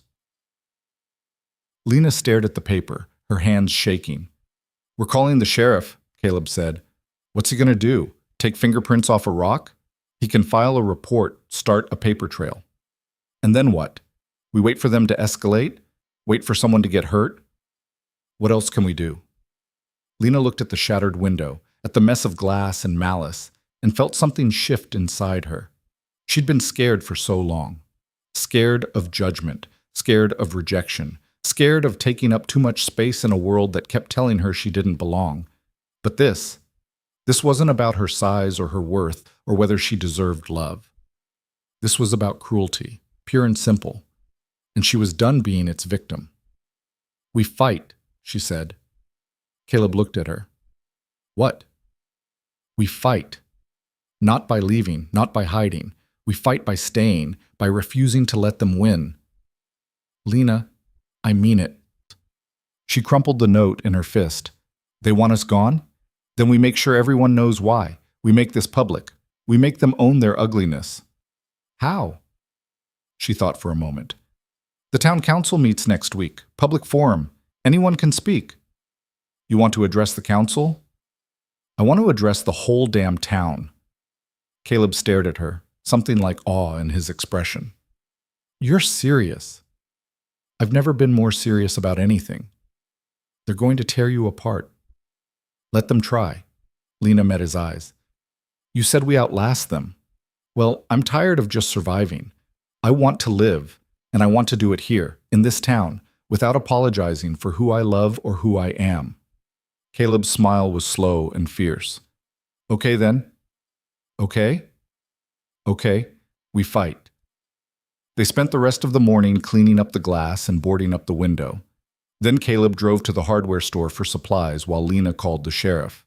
The sheriff, a man named Doug Patterson, who'd held the position for 20 years, showed up an hour later. He looked at the damage, took some photos, asked a few questions. "You see who did it?" he asked. "No, it happened while we were sleeping." "Any idea who might have?" "Half the town, probably." Patterson sighed. "Look, Miss Mercer, I know things have been tense, but making accusations without proof isn't going to help." "I'm not making accusations. I'm stating facts. Someone threw a rock through my window and told us to leave town. That's vandalism and intimidation at minimum. I'll file a report, but without witnesses or evidence, you could dust for fingerprints. On a rock that's been handled by both of you? That's not going to tell us anything." Lena felt her frustration rise. "So what? We just wait for them to try again? I'll increase patrols in the area. Keep an eye out. But beyond that," he shrugged, "best thing you can do is keep your head down. Let this blow over." "Keep my head down," Lena repeated. "That's your advice?" "It's how things work in small towns, Miss Mercer. People get riled up, emotions run high, but eventually things settle. Give it time." "And if they don't settle?" Patterson didn't have an answer for that. After he left, Lena stood on the porch and looked out at Crow's Hollow. The mountains rose in the distance, beautiful and indifferent. The town spread below them, small and cruel and hers. She'd lived here for 15 years. She'd built a business, paid her taxes, kept to herself. She'd done everything right. And it hadn't mattered. Because in the end, they'd never really accepted her. They'd just tolerated her as long as she stayed quiet and invisible. Well, she was done being invisible. The town council meeting was scheduled for Thursday evening at 7. Lena spent the week preparing, writing notes, practicing what she wanted to say. Caleb offered to speak too, but she told him this was something she needed to do herself. "You sure?" he asked the night before the meeting. "I'm sure." "What if they don't listen?" "Then at least I'll have tried." Thursday arrived cold and clear. Lena dressed carefully, nothing fancy, just clean jeans and a sweater. She didn't want to look like she was trying too hard. She wanted to look like herself. Caleb drove her to the community center where the meetings were held. The parking lot was fuller than usual. Word had spread. "You ready?" he asked. Lena took a deep breath. "No, but I'm doing it anyway." They walked in together. The community center was packed. Every seat was taken, people standing along the walls. Lena recognized most of them. Janet Colby and Susan Worth in the front row, Tom Hickson and his crew near the back, Martha Grayson from the general store, the teenagers from the diner. Everyone had come to watch. The council sat at a long table at the front, 5 people, all men, all over 60. Mayor Frank Grissom presided, his expression already annoyed. "Let's keep this orderly," he said, banging a gavel. "We've got regular business to conduct, then we'll open the floor for public comments." The regular business took 45 minutes. Zoning discussions, budget reviews, permit approvals. Lena barely heard any of it. Her heart was pounding too loud. Finally, Grissom said, "All right, public forum. Keep it brief." 2 minutes per speaker. Who's first? Lena stood. The room went silent. She walked to the front, her legs shaking but her spine straight. When she turned to face the crowd, she saw every eye on her, judging, waiting, hoping she'd fail. She cleared her throat. My name is Lena Mercer.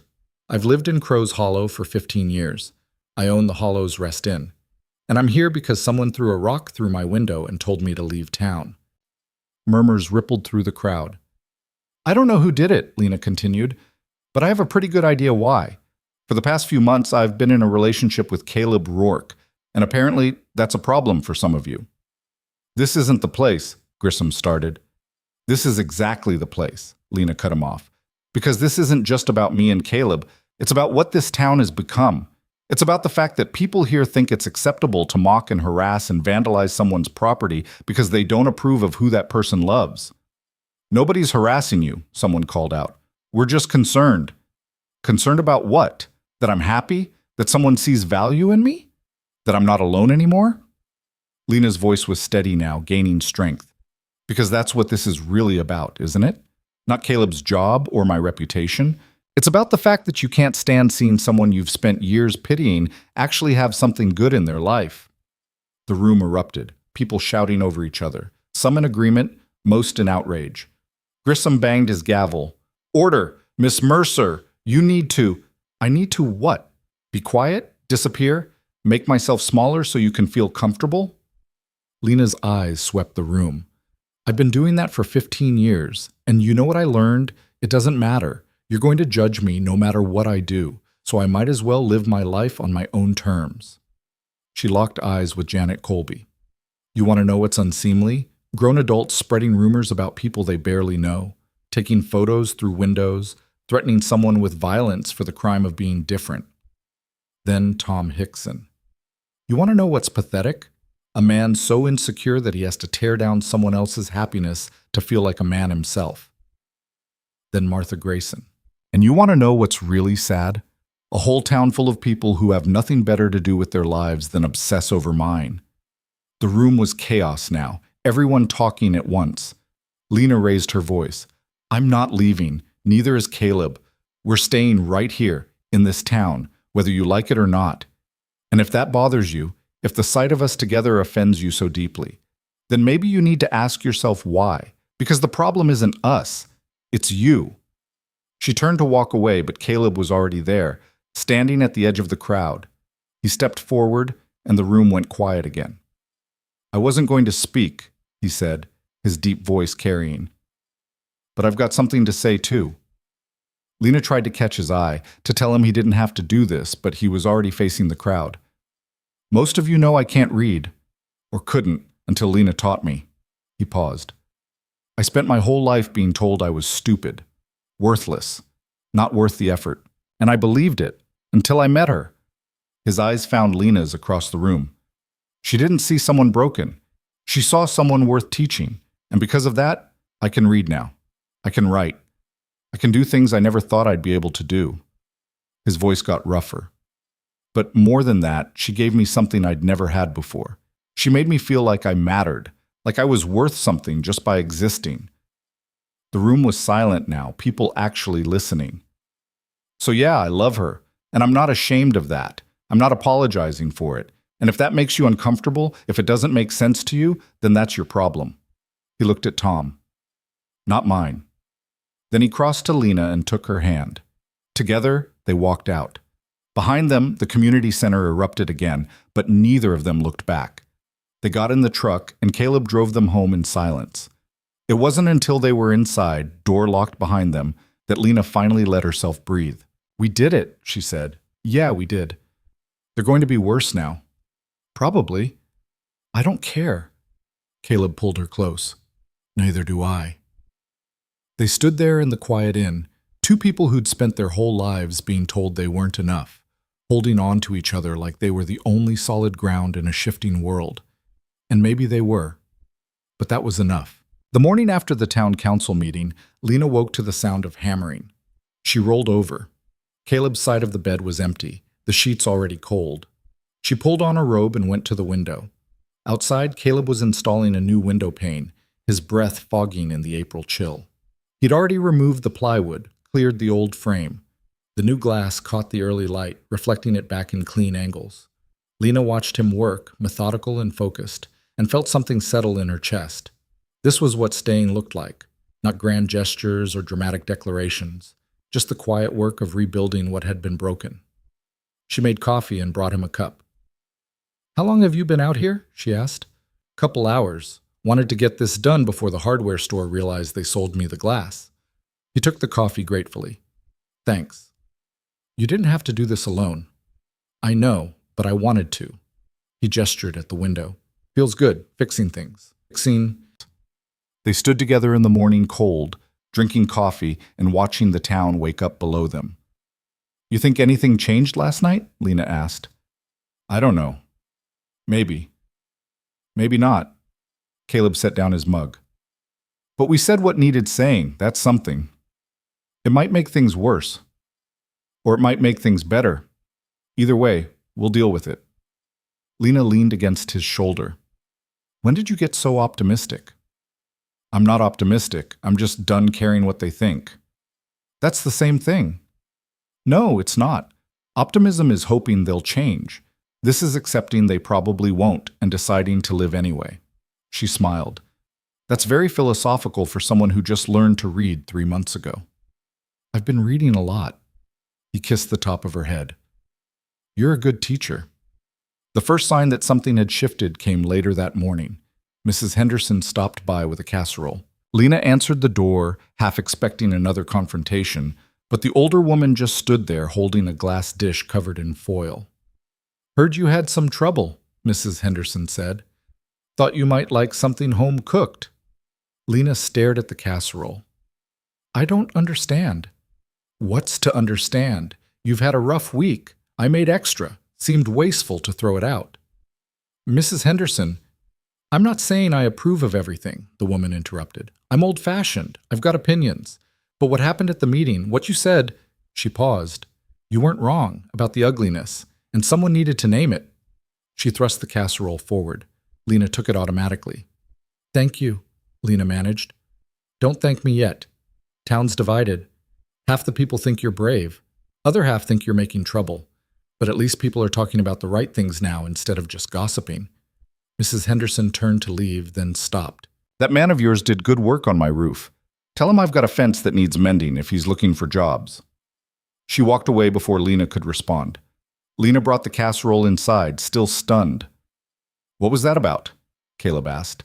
"I think we just got our first ally." Over the next few days, more people emerged from the woodwork. Not many, but enough to notice. The librarian mentioned she had some books Caleb might like. The mechanic gave him a fair price on truck repairs. A couple who'd stayed at the inn 2 years ago called to make a reservation, said they'd heard there was some trouble, but they didn't care about gossip. It wasn't a flood, but it was something. "People are choosing sides," Lena observed one evening. "Yeah," Caleb agreed. "Question is, which side's bigger?" They found out the following week. Lena was restocking the pantry when someone knocked on the front door. Not the casual knock of a guest, but something harder, purposeful. She opened it to find Sheriff Patterson on the porch. "Sheriff," she said carefully, "is there a problem?" "Need to ask you and Caleb some questions. May I come in?" Her stomach dropped. "What's this about?" "Just some questions." She let him in. Caleb appeared from the back room, his expression wary. Patterson settled into a chair, pulled out a small notebook. "There was an incident last night at Tom Hickson's place. Someone slashed his tires, keyed his truck. He's saying you two did it." "That's ridiculous," Lena said. "Is it? You had a public confrontation with him, made your feelings pretty clear." "Having feelings and acting on them are two different things." "Where were you both last night between 10 p.m. and 2 a.m.? "Here," Caleb said. "Asleep." "Anyone who can verify that?" "Each other."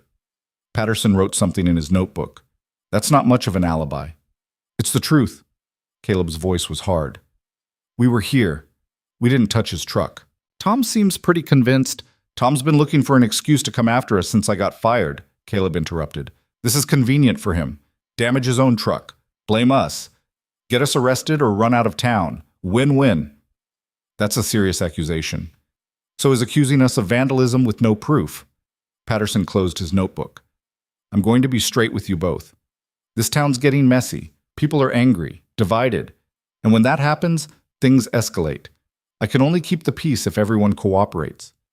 We are cooperating, Lena said. We're telling you the truth. We didn't do anything to Tom's truck. Then you won't mind if I look around? Do you have a warrant?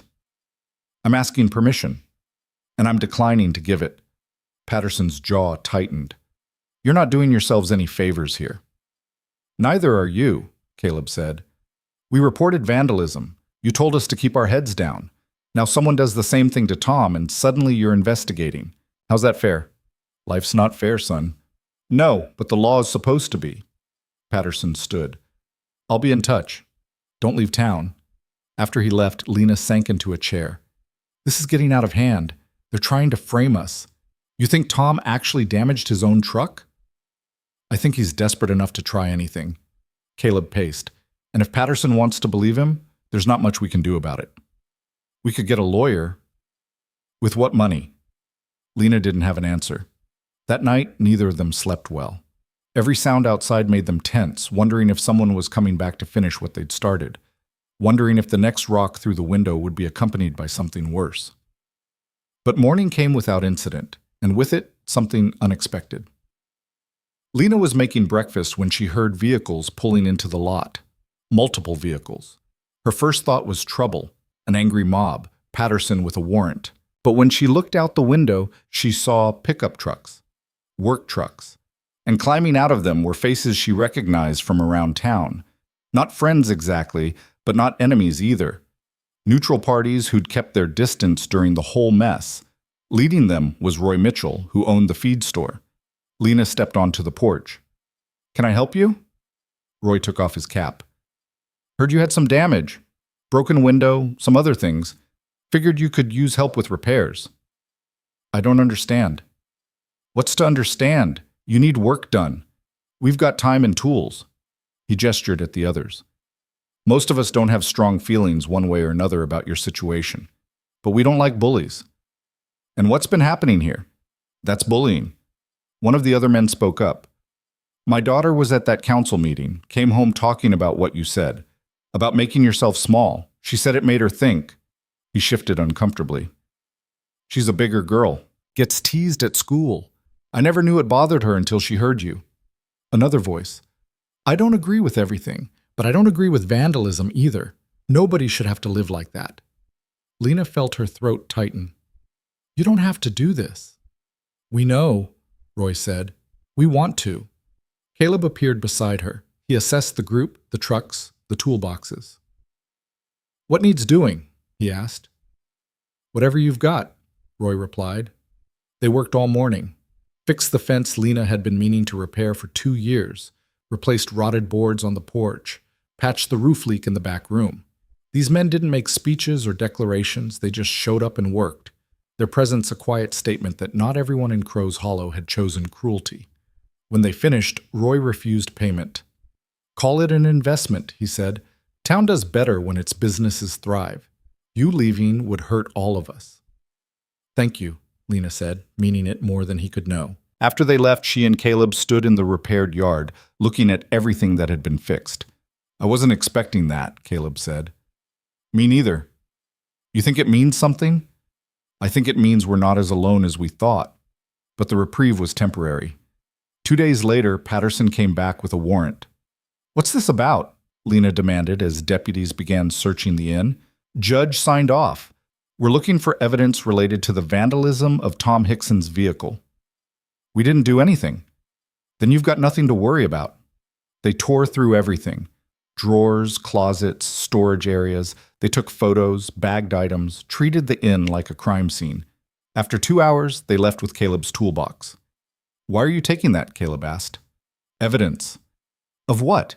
Those are standard tools. Half the people in this town have the same ones.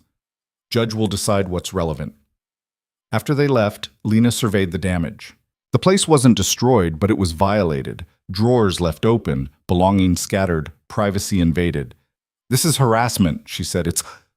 It's legal harassment, which is worse. Caleb started putting things back in order. They're not going to stop until they get what they want. Which is? Us gone. Or me in jail. Either works for them. Lena helped him clean up, her movements mechanical. What do? We wait, see what they try to make stick.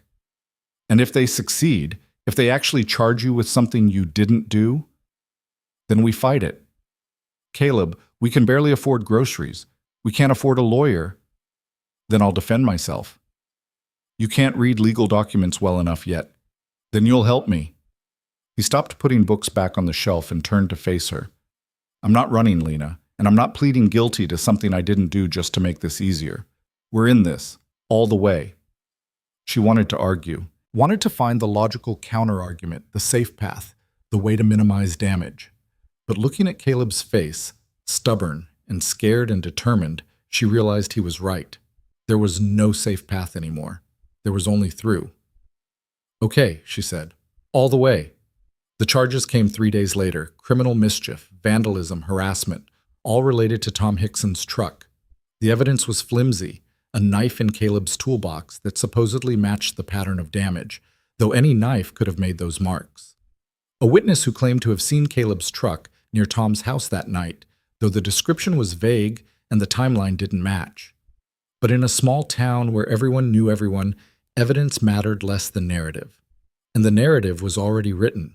Angry drifter retaliates against former coworker. The arraignment was scheduled for the following Monday. Lena spent the weekend trying to find them a lawyer. She called every attorney within 50 miles, but none would take the case. Too controversial. Too much local politics.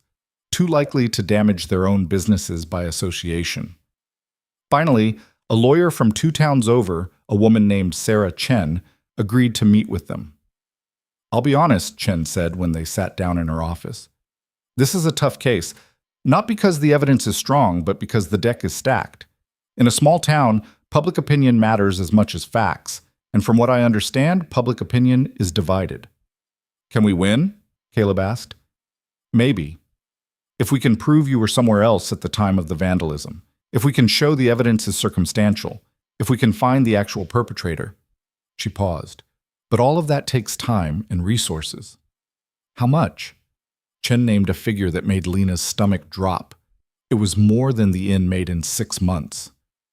We don't have that, Lena said quietly. I figured. Which is why I'm offering a payment plan. And discounted rates. Chen leaned forward. I don't usually take cases like this, but I read about what happened at the town council meeting. What you both said. And I think someone needs to push back against this kind of persecution. Why would you do that for us? Caleb asked. Because I grew up in a town like Crow's Hollow, and I know what it's like when everyone decides you don't fit their idea of normal. Chen's expression was hard. I got out. But not everyone can, so when I can help someone stand their ground, I do. Lena felt tears prick her eyes. Thank you. Don't thank me yet. This is going to be ugly. They're going to dig into everything, your relationship, your past, your character. They're going to try to paint Caleb as violent and you as enabling. Are you prepared for that? No, Lena said honestly. But we're doing it anyway, Chen smiled grimly. Good, because that's the only way we win. The arraignment was a formality. Caleb pleaded not guilty. Bail was set at $5,000, high for a misdemeanor, but the judge said Caleb was a flight risk. Lena used what was left in her savings to pay it. Walking out of the courthouse, Caleb was quiet.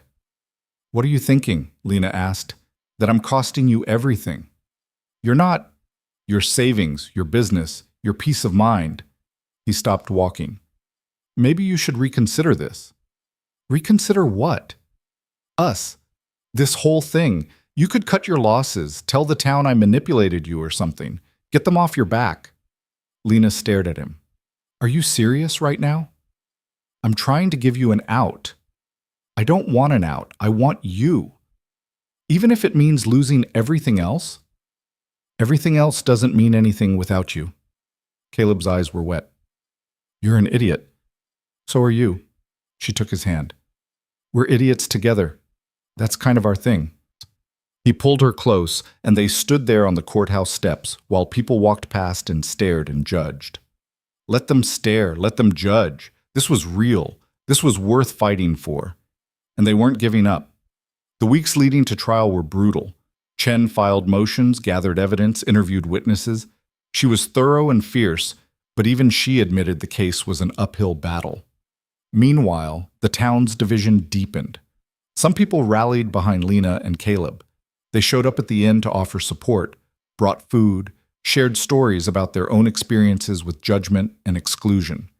It turned out that in a town as small as Crow's Hollow, almost everyone had felt like an outsider at some point, but the other side was louder. They organized a petition to revoke the inn's business license. They wrote letters to the editor about moral decay and the importance of community standards. They made it clear that Caleb's conviction was personal, a victory for decency over deviance.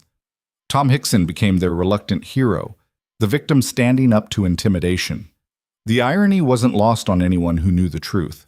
Through it all, Lana and Caleb kept working. He found steady employment with Roy Mitchell at the feed store.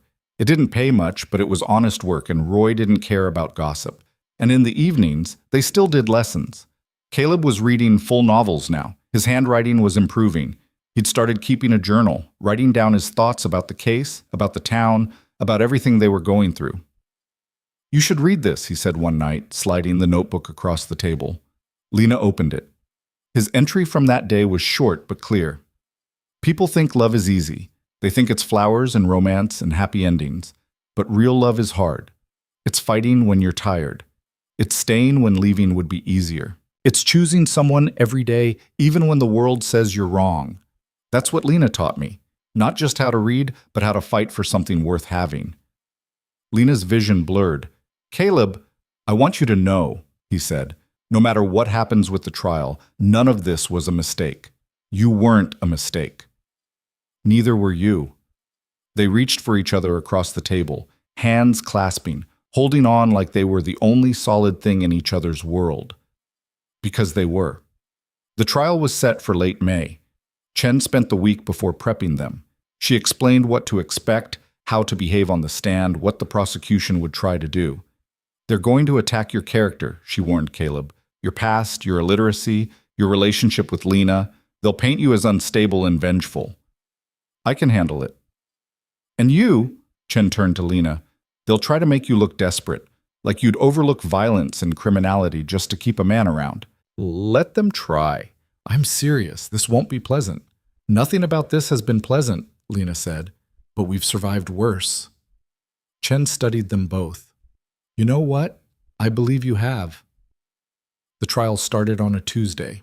The courtroom was packed. It seemed like the entire town had shown up, choosing sides with their seating arrangement. Tom's supporters filled the left side. Lena and Caleb's allies, fewer in number but no less committed, filled the right. The prosecution went first. They called Tom to the stand. He described finding his truck damaged, his shock and anger, his immediate suspicion of Caleb. "Why did you suspect Mr. Rourke?" the prosecutor asked. "Because he'd threatened me before. At work. Said I'd regret talking about him and Miss Mercer." "Did you take this threat seriously?" "I did. Caleb's a big guy. He's got a temper. I've seen him get violent." "Objection," Chen said. "There's no evidence of violence in my client's record." "Sustained. Stick to facts, Mr. Hickson." Tom nodded. "He was angry, and then my truck got damaged. Seemed pretty clear who did it." On cross-examination, Chen tore into him. "You say Mr. Rourke threatened you. Did anyone else hear this threat?" "Well, no, but so we only have your word that it happened." "I'm not lying." "I didn't say you were. I'm asking if there's any corroboration, any witnesses, any evidence beyond your claim." Tom's jaw tightened. "No." "And the damage to your truck? You reported it happened between 10 p.m. and 2 a.m., correct?" "That's when it must have happened." "But you didn't actually see it happen." "I was asleep." "So you don't know for certain when it occurred?" "It had to be during those hours." "Had to be? Or you assume it was?" Chen leaned forward.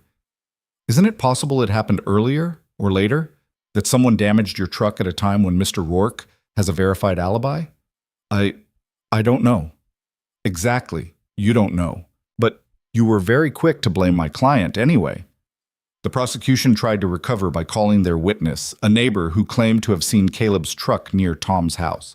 But under Chen's questioning, the witness admitted they couldn't see clearly in the dark, couldn't identify the driver, and wasn't even sure about the make and model of the vehicle. "So you saw a truck," Chen said, "in the dark, from a distance, and you decided it was Mr. Rourke's truck because it looked like his. A lot of trucks look alike, don't they? I guess. And you didn't report this sighting until several days after the incident, correct? I didn't think it mattered. Or you didn't actually see anything worth reporting until someone suggested what you might have seen?" Objection. Withdrawn. Chen sat down, satisfied. When it was the defense's turn, Chen called Lena first. Lena took the stand, her heart pounding. She'd rehearsed this, knew what questions were coming, but actually sitting there with everyone staring was different. Chen walked her through the night in question. What they'd done, when they'd gone to bed, when they'd woken up. "And Mr. Rourke was with you the entire night?" "Yes." "You're certain?" "Completely." On cross-examination, the prosecutor tried to shake her. "Miss Mercer, isn't it true that you have a financial interest in Mr. Rourke's acquittal?" "I don't understand the question." "You're in a relationship with him. He lives with you. If he's convicted, that relationship ends, so you have motivation to lie." "I'm not lying." "But you could be. You're not an impartial witness." "No one who loves someone is impartial. That doesn't make them a liar." "Isn't it true that before Mr. Rourke, you had very few prospects for a relationship?" Chen shot to her feet. "Objection. Relevance. I'm establishing motive for the witness to protect the defendant regardless of truth. By attacking her personal life? That's inappropriate and prejudicial." The judge considered. "I'll allow it. But tread carefully, counselor." The prosecutor turned back to Lena. "Please answer the question." Lena met his eyes. "You're asking if I was lonely before Caleb?" "Yes, I was. But that doesn't mean I'd lie for him.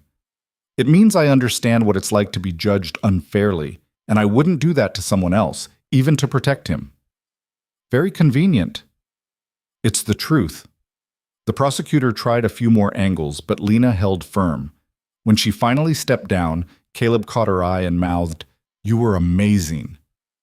Then it was his turn. Caleb took the stand, his large frame seeming even bigger in the confined witness box. Chen guided him through his testimony, where he was, what he was doing, why he couldn't have damaged Tom's truck. "Mr. Rourke, did you vandalize Tom Hickson's vehicle?" "No." "Have you ever threatened Mr. Hickson?" "I told him to keep Lena's name out of his mouth. That's not a threat. It's a boundary." "Did you intend to harm him?" "No, I intended for him to show basic respect." On cross-examination, the prosecutor went for the throat. "Mr. Rourke, you can't read, can you?" Caleb stiffened.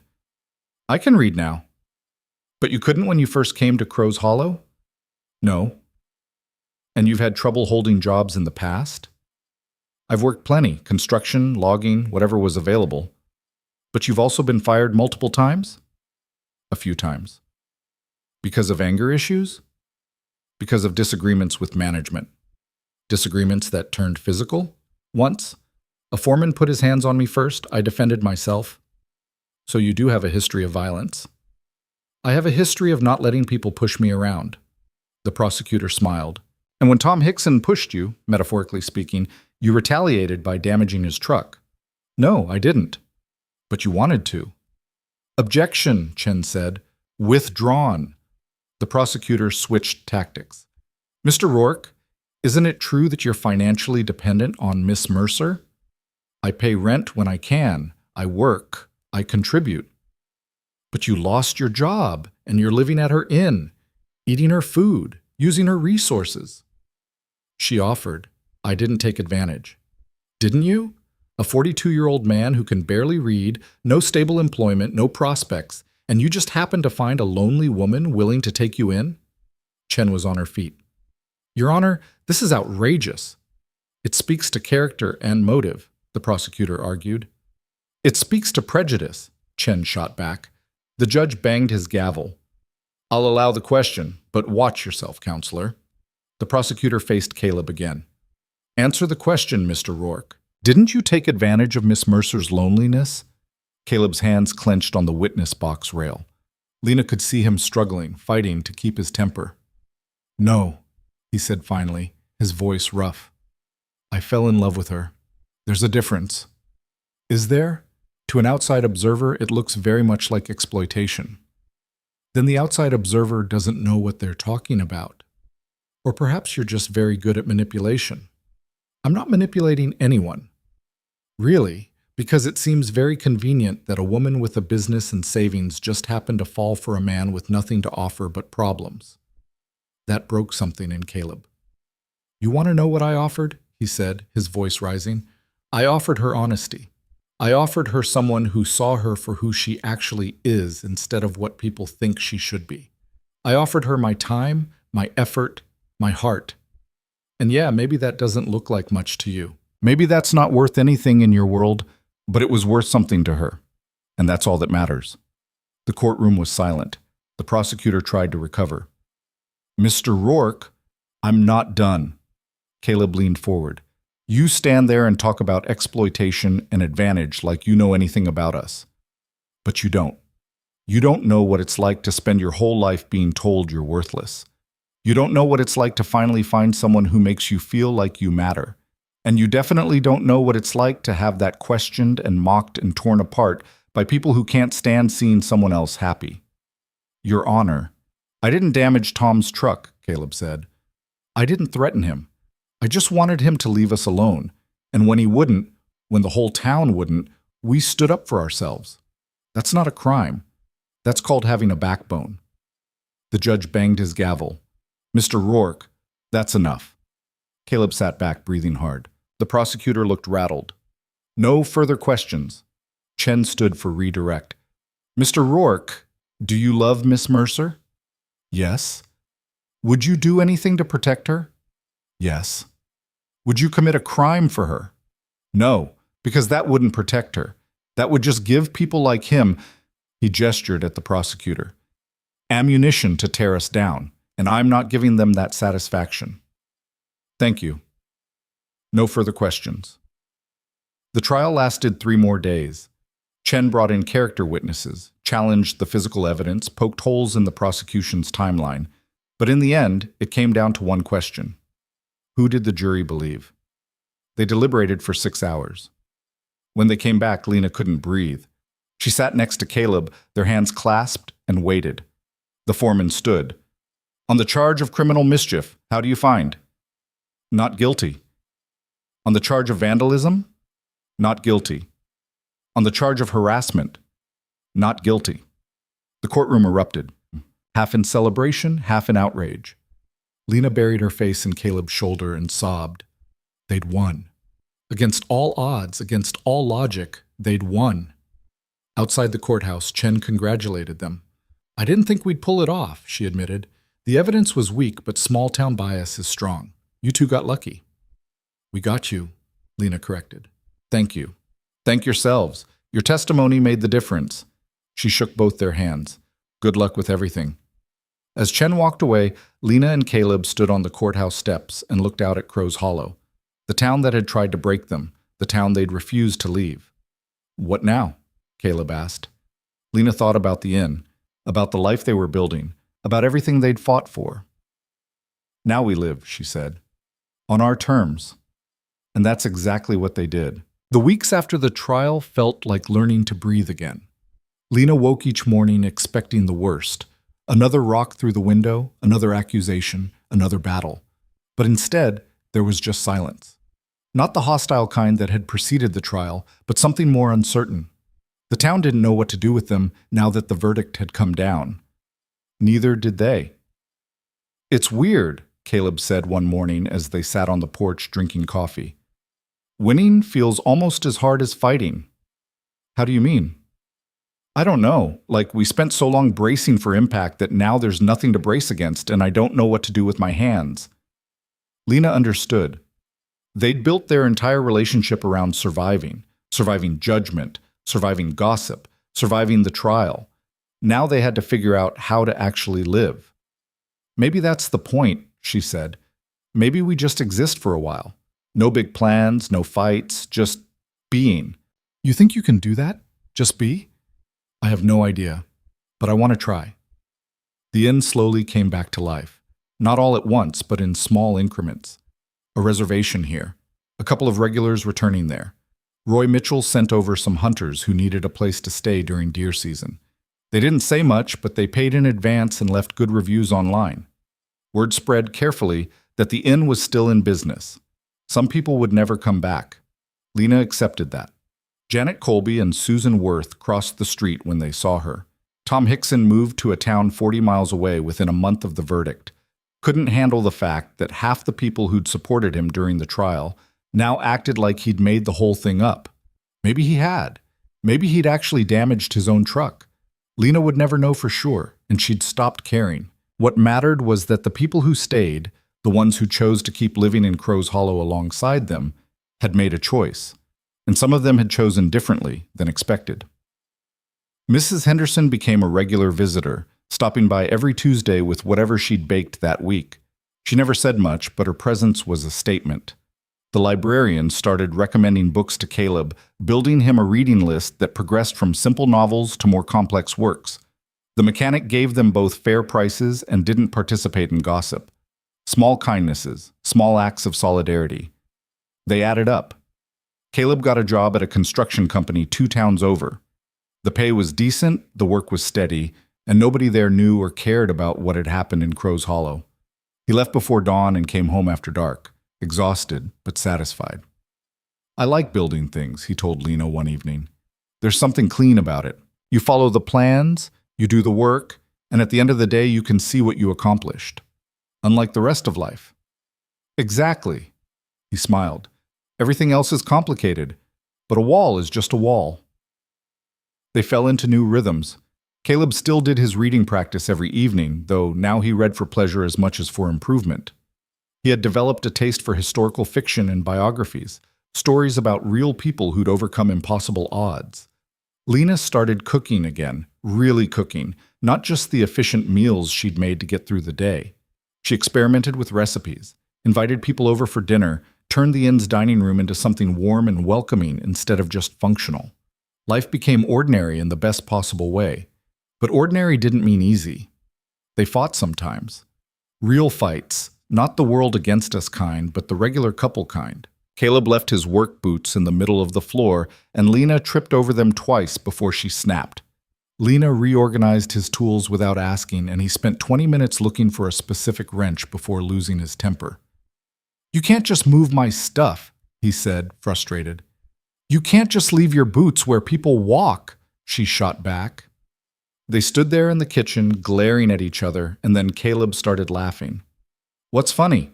This, us, fighting about boots and tools like a normal couple. Lena felt her anger deflate. It is pretty normal, isn't it? Yeah, it's great. They started laughing together, the absurdity of it all washing over them. After everything they'd been through, they were arguing about household organization. It felt wonderful. Summer arrived, turning the mountains green and the air warm. The inn got busier. Tourists passing through, families on vacation, a few business people who preferred the quiet to the chain hotels in the larger towns. Lena hired help, a local girl named Amy who needed summer work. Amy was 19, shy, awkward in her own skin. She reminded Lena of herself at that age. You're doing fine, Lena told her after Amy apologized for the 3rd time for a minor mistake. I just don't want to mess up. You won't, and if you do, it's okay.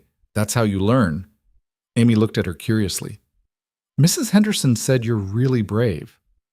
Mrs. Henderson talks too much. She said you stood up to the whole town, that you didn't back down even when everyone was against you. Lena paused in wiping down the counter. It wasn't the whole town, and I wasn't brave. I was just tired of being scared. Isn't that the same thing? Maybe it was. Lena had never thought of it that way. Why are you asking? She said. Amy's face went red. There's this girl at school. We're friends. Or I think we are. But people talk, and I get scared of what they'll say if we... She stopped, unable to finish. Lena understood immediately. You like her? Yeah. And you're worried about what people will think. Everyone in this town knows everyone. If I tell her how I feel and it goes wrong, I'll have to live with that forever. Lena set down her cloth and looked at this young woman, barely out of high school, already learning to make herself small to avoid judgment. Can I tell you something? Lena asked. Sure. I spent 15 years making myself invisible because I was afraid of exactly what you're describing. And you know what I learned? People talk no matter what you do. If you hide, they talk about why you're hiding. If you're honest, they talk about what you're honest about. You can't control what they say. You can only control whether you let it stop you from living. But what if she doesn't feel the same way? Then you'll know. And it'll hurt, but at least you won't spend years wondering what if. Lena leaned against the counter. The wondering is worse than the rejection. Trust me. Amy was quiet for a moment.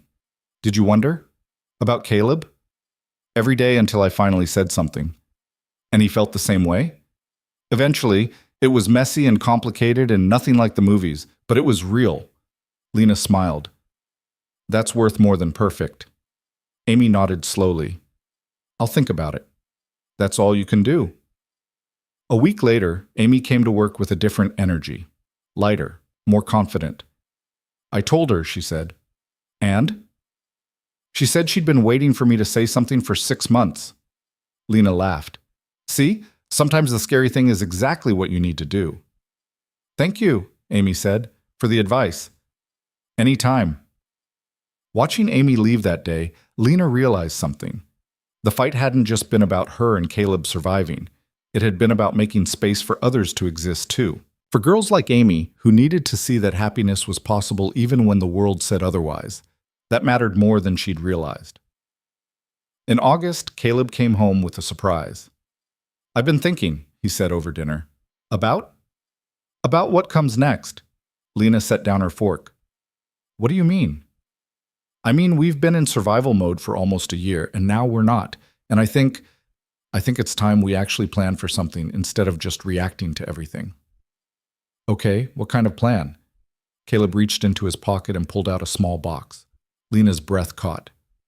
Before you freak out, he said quickly, I know this is fast. I know we've got a lot of history that's recent and messy. But I also know I don't want to spend another day pretending this isn't permanent. Caleb, let me finish. He opened the box. Inside was a simple silver band, nothing fancy, nothing expensive. I can't promise you perfect. I can't promise you easy. But I can promise you that I'll show up every day and choose you every day and fight for this every day. And I'm asking if you want that too. Lena stared at the ring, her eyes burning. She'd never imagined this moment, never let herself believe she'd be someone worth proposing to. But here it was, real and imperfect and exactly right. Yes, she said. Yeah? Yeah. Caleb's hands shook as he slid the ring onto her finger. It was slightly too big. He'd guessed at her size, but it didn't matter. Nothing had ever mattered less. They got married in September, at the inn, with 20 people in attendance. Not a big wedding, not a fancy one. Just the people who'd stood by them, Roy Mitchell and his wife, Mrs. Henderson, the librarian, the mechanic, Amy and her girlfriend, Sarah Chen, who drove 2 hours to attend, and a handful of others who'd proven their support through action rather than words. The ceremony was short. No religious officiant. They'd asked Judge Morrison, who'd presided over the trial, and he'd agreed with a wry smile. Figure I owe you one for putting you through that circus, he'd said. Lena wore a simple dress she'd bought online. Caleb wore the only suit he owned, bought at a thrift store specifically for this. They stood on the porch where Caleb had first knocked on the door during that storm and promised to love each other through whatever came next. When Judge Morrison said, "You may kiss," and they did, the small crowd applauded. It wasn't perfect. Mrs. Henderson's casserole was slightly burned. The weather turned cold halfway through the reception, and everyone had to move inside. Caleb's hands shook so badly when he tried to cut the cake that Lena had to help him. But it was theirs, and that made it perfect enough. That night, after everyone left and the inn was quiet, Lena and Caleb sat on the couch and looked at each other. "We did it," Lena said. "We did. We're married." "Yup." "That's insane," Caleb laughed. "Little bit." They sat in comfortable silence, processing everything. You know what I keep thinking about? Caleb asked. What? That night I showed up here. In the storm. I almost didn't knock. I almost kept driving. Why didn't you? Because I saw the light in the window and I thought maybe someone's home. Maybe they'll help. He took her hand. I had no idea how much you'd end up helping. You helped me too. How? You saw me. Not what people said I was. Not what I was afraid I was. Just me. Lena squeezed his hand. Nobody had done that in a really long time. Well, I'm going to keep doing it every day until I die or you get sick of me. I'll probably get sick of you by Thursday. That's fair. They laughed, and it felt good, felt normal, felt like the beginning of something sustainable instead of just the end of something hard. The first year of marriage was an education in compromise. Caleb was messy. Lena was particular. He liked to stay up late reading. She needed to sleep early to manage the inn. He wanted to spend money on tools and equipment. She wanted to save for emergencies. They navigated it badly at first, had fights that escalated too quickly, said things they regretted, slammed doors and gave each other the silent treatment. But they always came back. That was the difference. In previous relationships, the few Lena had attempted, the many Caleb had avoided, walking away had been easier than working through problems. But neither of them could walk away from this. They'd fought too hard for it. So they learned to fight fair. To say, I'm too angry to talk about this right now instead of saying things they couldn't take back. To apologize when they were wrong and accept apologies when they were hurt. It wasn't romantic. It was work. But it was worth it. In the spring, Lena realized she was pregnant. She stared at the test for 20 minutes, unable to process what she was seeing. She'd assumed at 40 that this door had closed. That her body, the body she'd spent so long being told was wrong, couldn't or wouldn't do this. But there it was. 2 lines. Definite. When Caleb came home, she met him at the door. We need to talk, she said. His face went pale. What's wrong? Nothing's wrong. She handed him the test. He looked at it, looked at her, looked at it again. You're pregnant? Yeah. We're having a baby? Apparently. Caleb set down the test very carefully, like it might break. Then he pulled Lena into a hug so tight she could barely breathe. Are you happy? She asked, her voice muffled against his shoulder. I don't know. I'm terrified. Are you happy? I don't know either. I'm terrified too.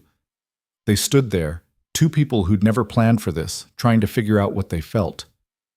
We're going to be terrible at this, Caleb said. Absolutely terrible. The kid's going to be in therapy for years, decades. But we'll try anyway? Lena pulled back to look at him. Yeah, we'll try. The pregnancy was hard. Lena's body, which had carried her through 40 years of life, suddenly became a stranger. Morning sickness lasted all day. Her back ached. Her feet swelled. She cried at commercials and snapped at customers and couldn't figure out if she was happy or terrified or both. Caleb tried to help, but he was out of his depth. He read pregnancy books, slowly, carefully, highlighting passages he thought were important. He asked questions that sometimes helped and sometimes made things worse. He installed a handrail in the bathroom and bought maternity pillows and generally tried to fix things that couldn't be fixed. I'm not broken, Lena said one night after he'd offered for the 5th time to get her more water. I know, I don't know what to do. You don't have to do anything. Just be here. I am here. I know, that's enough.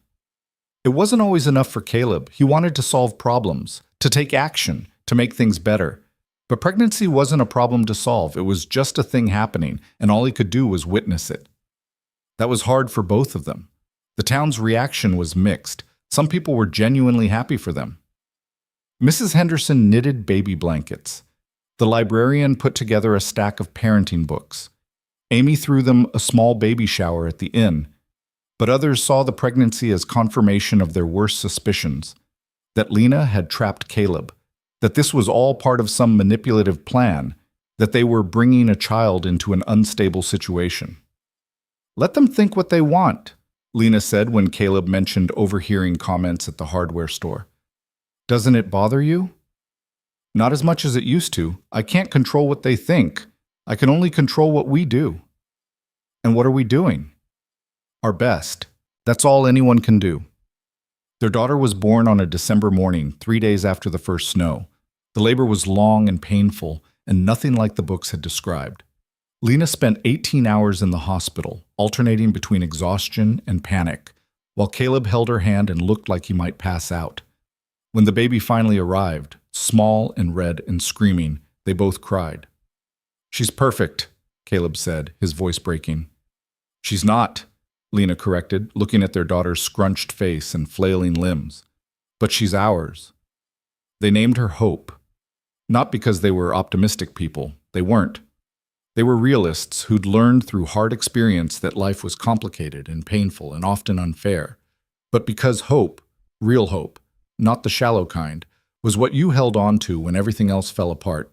It was the stubborn refusal to give up even when giving up made more sense. It was the decision to keep trying even when success wasn't guaranteed. That's what they'd done, what they'd keep doing. So they named their daughter Hope, and they took her home to the inn. The first few months were brutal. Neither of them had any idea what they were doing. Hope cried constantly. She wouldn't sleep. She spit up on everything. Lena was exhausted and overwhelmed and convinced she was failing. "I don't know how to do this," she said one night at 3 a.m., holding a screaming Hope and crying herself. Caleb took the baby, walked her around the room in slow circles. "Neither do I, but we'll figure it out." "What if we don't?" "Then we'll keep trying until we do." It wasn't inspirational. It wasn't even particularly comforting. But it was honest, and honesty was what they'd built everything on. Slowly, impossibly, they figured it out. Not perfectly. Hope still cried. They still had no idea what they were doing half the time. But they learned to read her cues, to recognize her different cries, to work as a team instead of two exhausted individuals. Caleb would take the night shift so Lena could sleep. Lena would manage the daytime so Caleb could work. They traded off, supported each other, and gradually built a rhythm that worked for their imperfect family. When Hope was 6 months old, Caleb did something he'd been planning for weeks. He wrote Lena a letter, not typed, not dictated, written by hand in his still imperfect script, on paper he'd bought specifically for this purpose. Lena found it on the kitchen table one morning after he'd left for work. The handwriting was rough, the spelling had a few errors, but the words were clear. "Dear Lena, I am not good at saying things out loud. I get scared and mess up the words. So I am writing this instead. 2 years ago I knocked on your door because I was lost and cold and had nowhere else to go. You let me in, not just into the inn, but into your life. You taught me to read when I thought it was too late. You believed in me when nobody else did. You loved me when I didn't know how to love myself. You gave me hope, not just our daughter, but the real kind. The kind that makes you think tomorrow might be better than today. The kind that makes you want to try even when you're scared. I know I am not the man you probably imagined. I am still learning, still making mistakes, still figuring out how to be a husband and a father and a person worth the space I take up. But I am trying, every day, because you deserve someone who tries. Thank you for opening that door. Thank you for teaching me. Thank you for hope. Thank you for loving me." Caleb Lena read it 3 times, tears streaming down her face. It wasn't perfect. The grammar was off in places. Some words were misspelled. But it was the most beautiful thing anyone had ever written to her, because it was real. Because it was his. Because every awkward sentence represented hours of practice and effort and determination. She kept the letter in her nightstand. Read it on hard days. Reminded herself that this imperfect, complicated, hard-won love was worth every fight. The years passed. Hope grew. Learned to walk, to talk, to read. Caleb taught her letters the same way Lena had taught him, patient and persistent. Lena taught her to cook, to run the inn, to stand up for herself. They didn't shelter her from the truth. When Hope asked why some kids at school said mean things about her family, they told her honestly that some people were cruel when they didn't understand something. "But are we weird?" Hope asked when she was 7. "Probably," Lena said. "Most families are weird in some way. But are we bad weird or good weird? What do you think? Hope considered. I think we're good, Weird. Because you and Dad love each other and you love me and we're happy. Then that's all that matters. It was a lesson Hope would need to learn again and again as she grew up. That other people's opinions mattered less than her own truth. That love came in all kinds of forms and all of them were valid. But having parents who'd fought for their own validity gave her a foundation that most kids didn't have. When Hope was 10, the inn celebrated its 25th anniversary. It had been 15 years since Caleb first knocked on the door. 15 years of fighting and surviving and building something that lasted. They threw a party. Not a big one. Just the regulars and friends and people who'd supported them over the years. Roy Mitchell made a toast about stubbornness being underrated. Mrs. Henderson, now in her 80s, told embarrassing stories about their early days. Amy and her wife, they'd gotten married 2 years ago, brought their adopted son. It was loud and chaotic, and nothing went according to plan. It was perfect. Late in the evening, after most people had left and Hope was asleep upstairs, Lena and Caleb stood on the porch and looked out at Crow's Hollow. You ever regret it? Caleb asked. Staying here? Fighting instead of leaving? Lena thought about it honestly. Sometimes. When things were really bad, I wondered what life would have been like somewhere else. Somewhere easier. But this is home. Not because the town accepted us, plenty of people still haven't, but because we made it home. We fought for the right to exist here on our own terms. She leaned against him. That matters. Yeah, Caleb agreed. It does. They stood in comfortable silence, watching the lights of the town below. You know what I think about sometimes? Lena said. What? That storm, the one that brought you here. How different everything would have been if you'd kept driving, if I'd kept the door locked. You think about that a lot? Not in a bad way, more like marvel at it. How much can change from one small decision? I think about it too, Caleb admitted. About how close I came to never knowing you, never learning to read, never having hope. All because I almost didn't stop. Why did you? Stop, I mean. I told you, I saw the light. And I was tired of running, tired of being alone, tired of pretending I didn't need help. He pulled her closer. I didn't know what I was asking for when I knocked, but I got more than I ever imagined. So did I. They kissed, slow and familiar, the kind of kiss that came from years of practice and comfort. Below them, Crow's Hollow slept. Some people in it still didn't approve of them, still whispered about the strange couple at the inn. Still thought their love didn't make sense, but high on the hill, in the inn that had seen so much pain and transformation, two people who'd spent their lives being told they weren't enough, held each other and knew differently. They'd fought for this, bled for it, built it from nothing but stubbornness and hope, and in doing so, they'd proven something that the town, and they themselves, had needed to learn. That love wasn't about being perfect. It wasn't about fitting in or meeting expectations or making sense to other people. Love was about choosing someone every day, about seeing their flaws and loving them anyway, about building something real in a world that preferred pretty lies. It was about standing on a porch in the cold, looking at a town that had tried to break you, and deciding you won. Not because you changed their minds, but because you'd changed your own. Inside, hope stirred in her sleep. Tomorrow she'd wake up and ask for pancakes and complain about homework and exist in the normal, complicated way that children do. And Lena and Caleb would give her what they'd fought so hard to build for themselves. A home where she could be imperfect and still loved. A place where her worth wasn't determined by others' approval. A foundation built on the truth that sometimes the bravest thing you can do is refuse to disappear. The lights of Crow's Hollow flickered below. The mountains stood silent in the distance, and in the hollow's rest inn, three people who'd learned to fight for their right to exist slept peacefully. Not because everything was perfect, but because they'd learned that perfect was never the point. The point was showing up, choosing love, refusing to quit. The point was hope. And in the end, that was enough.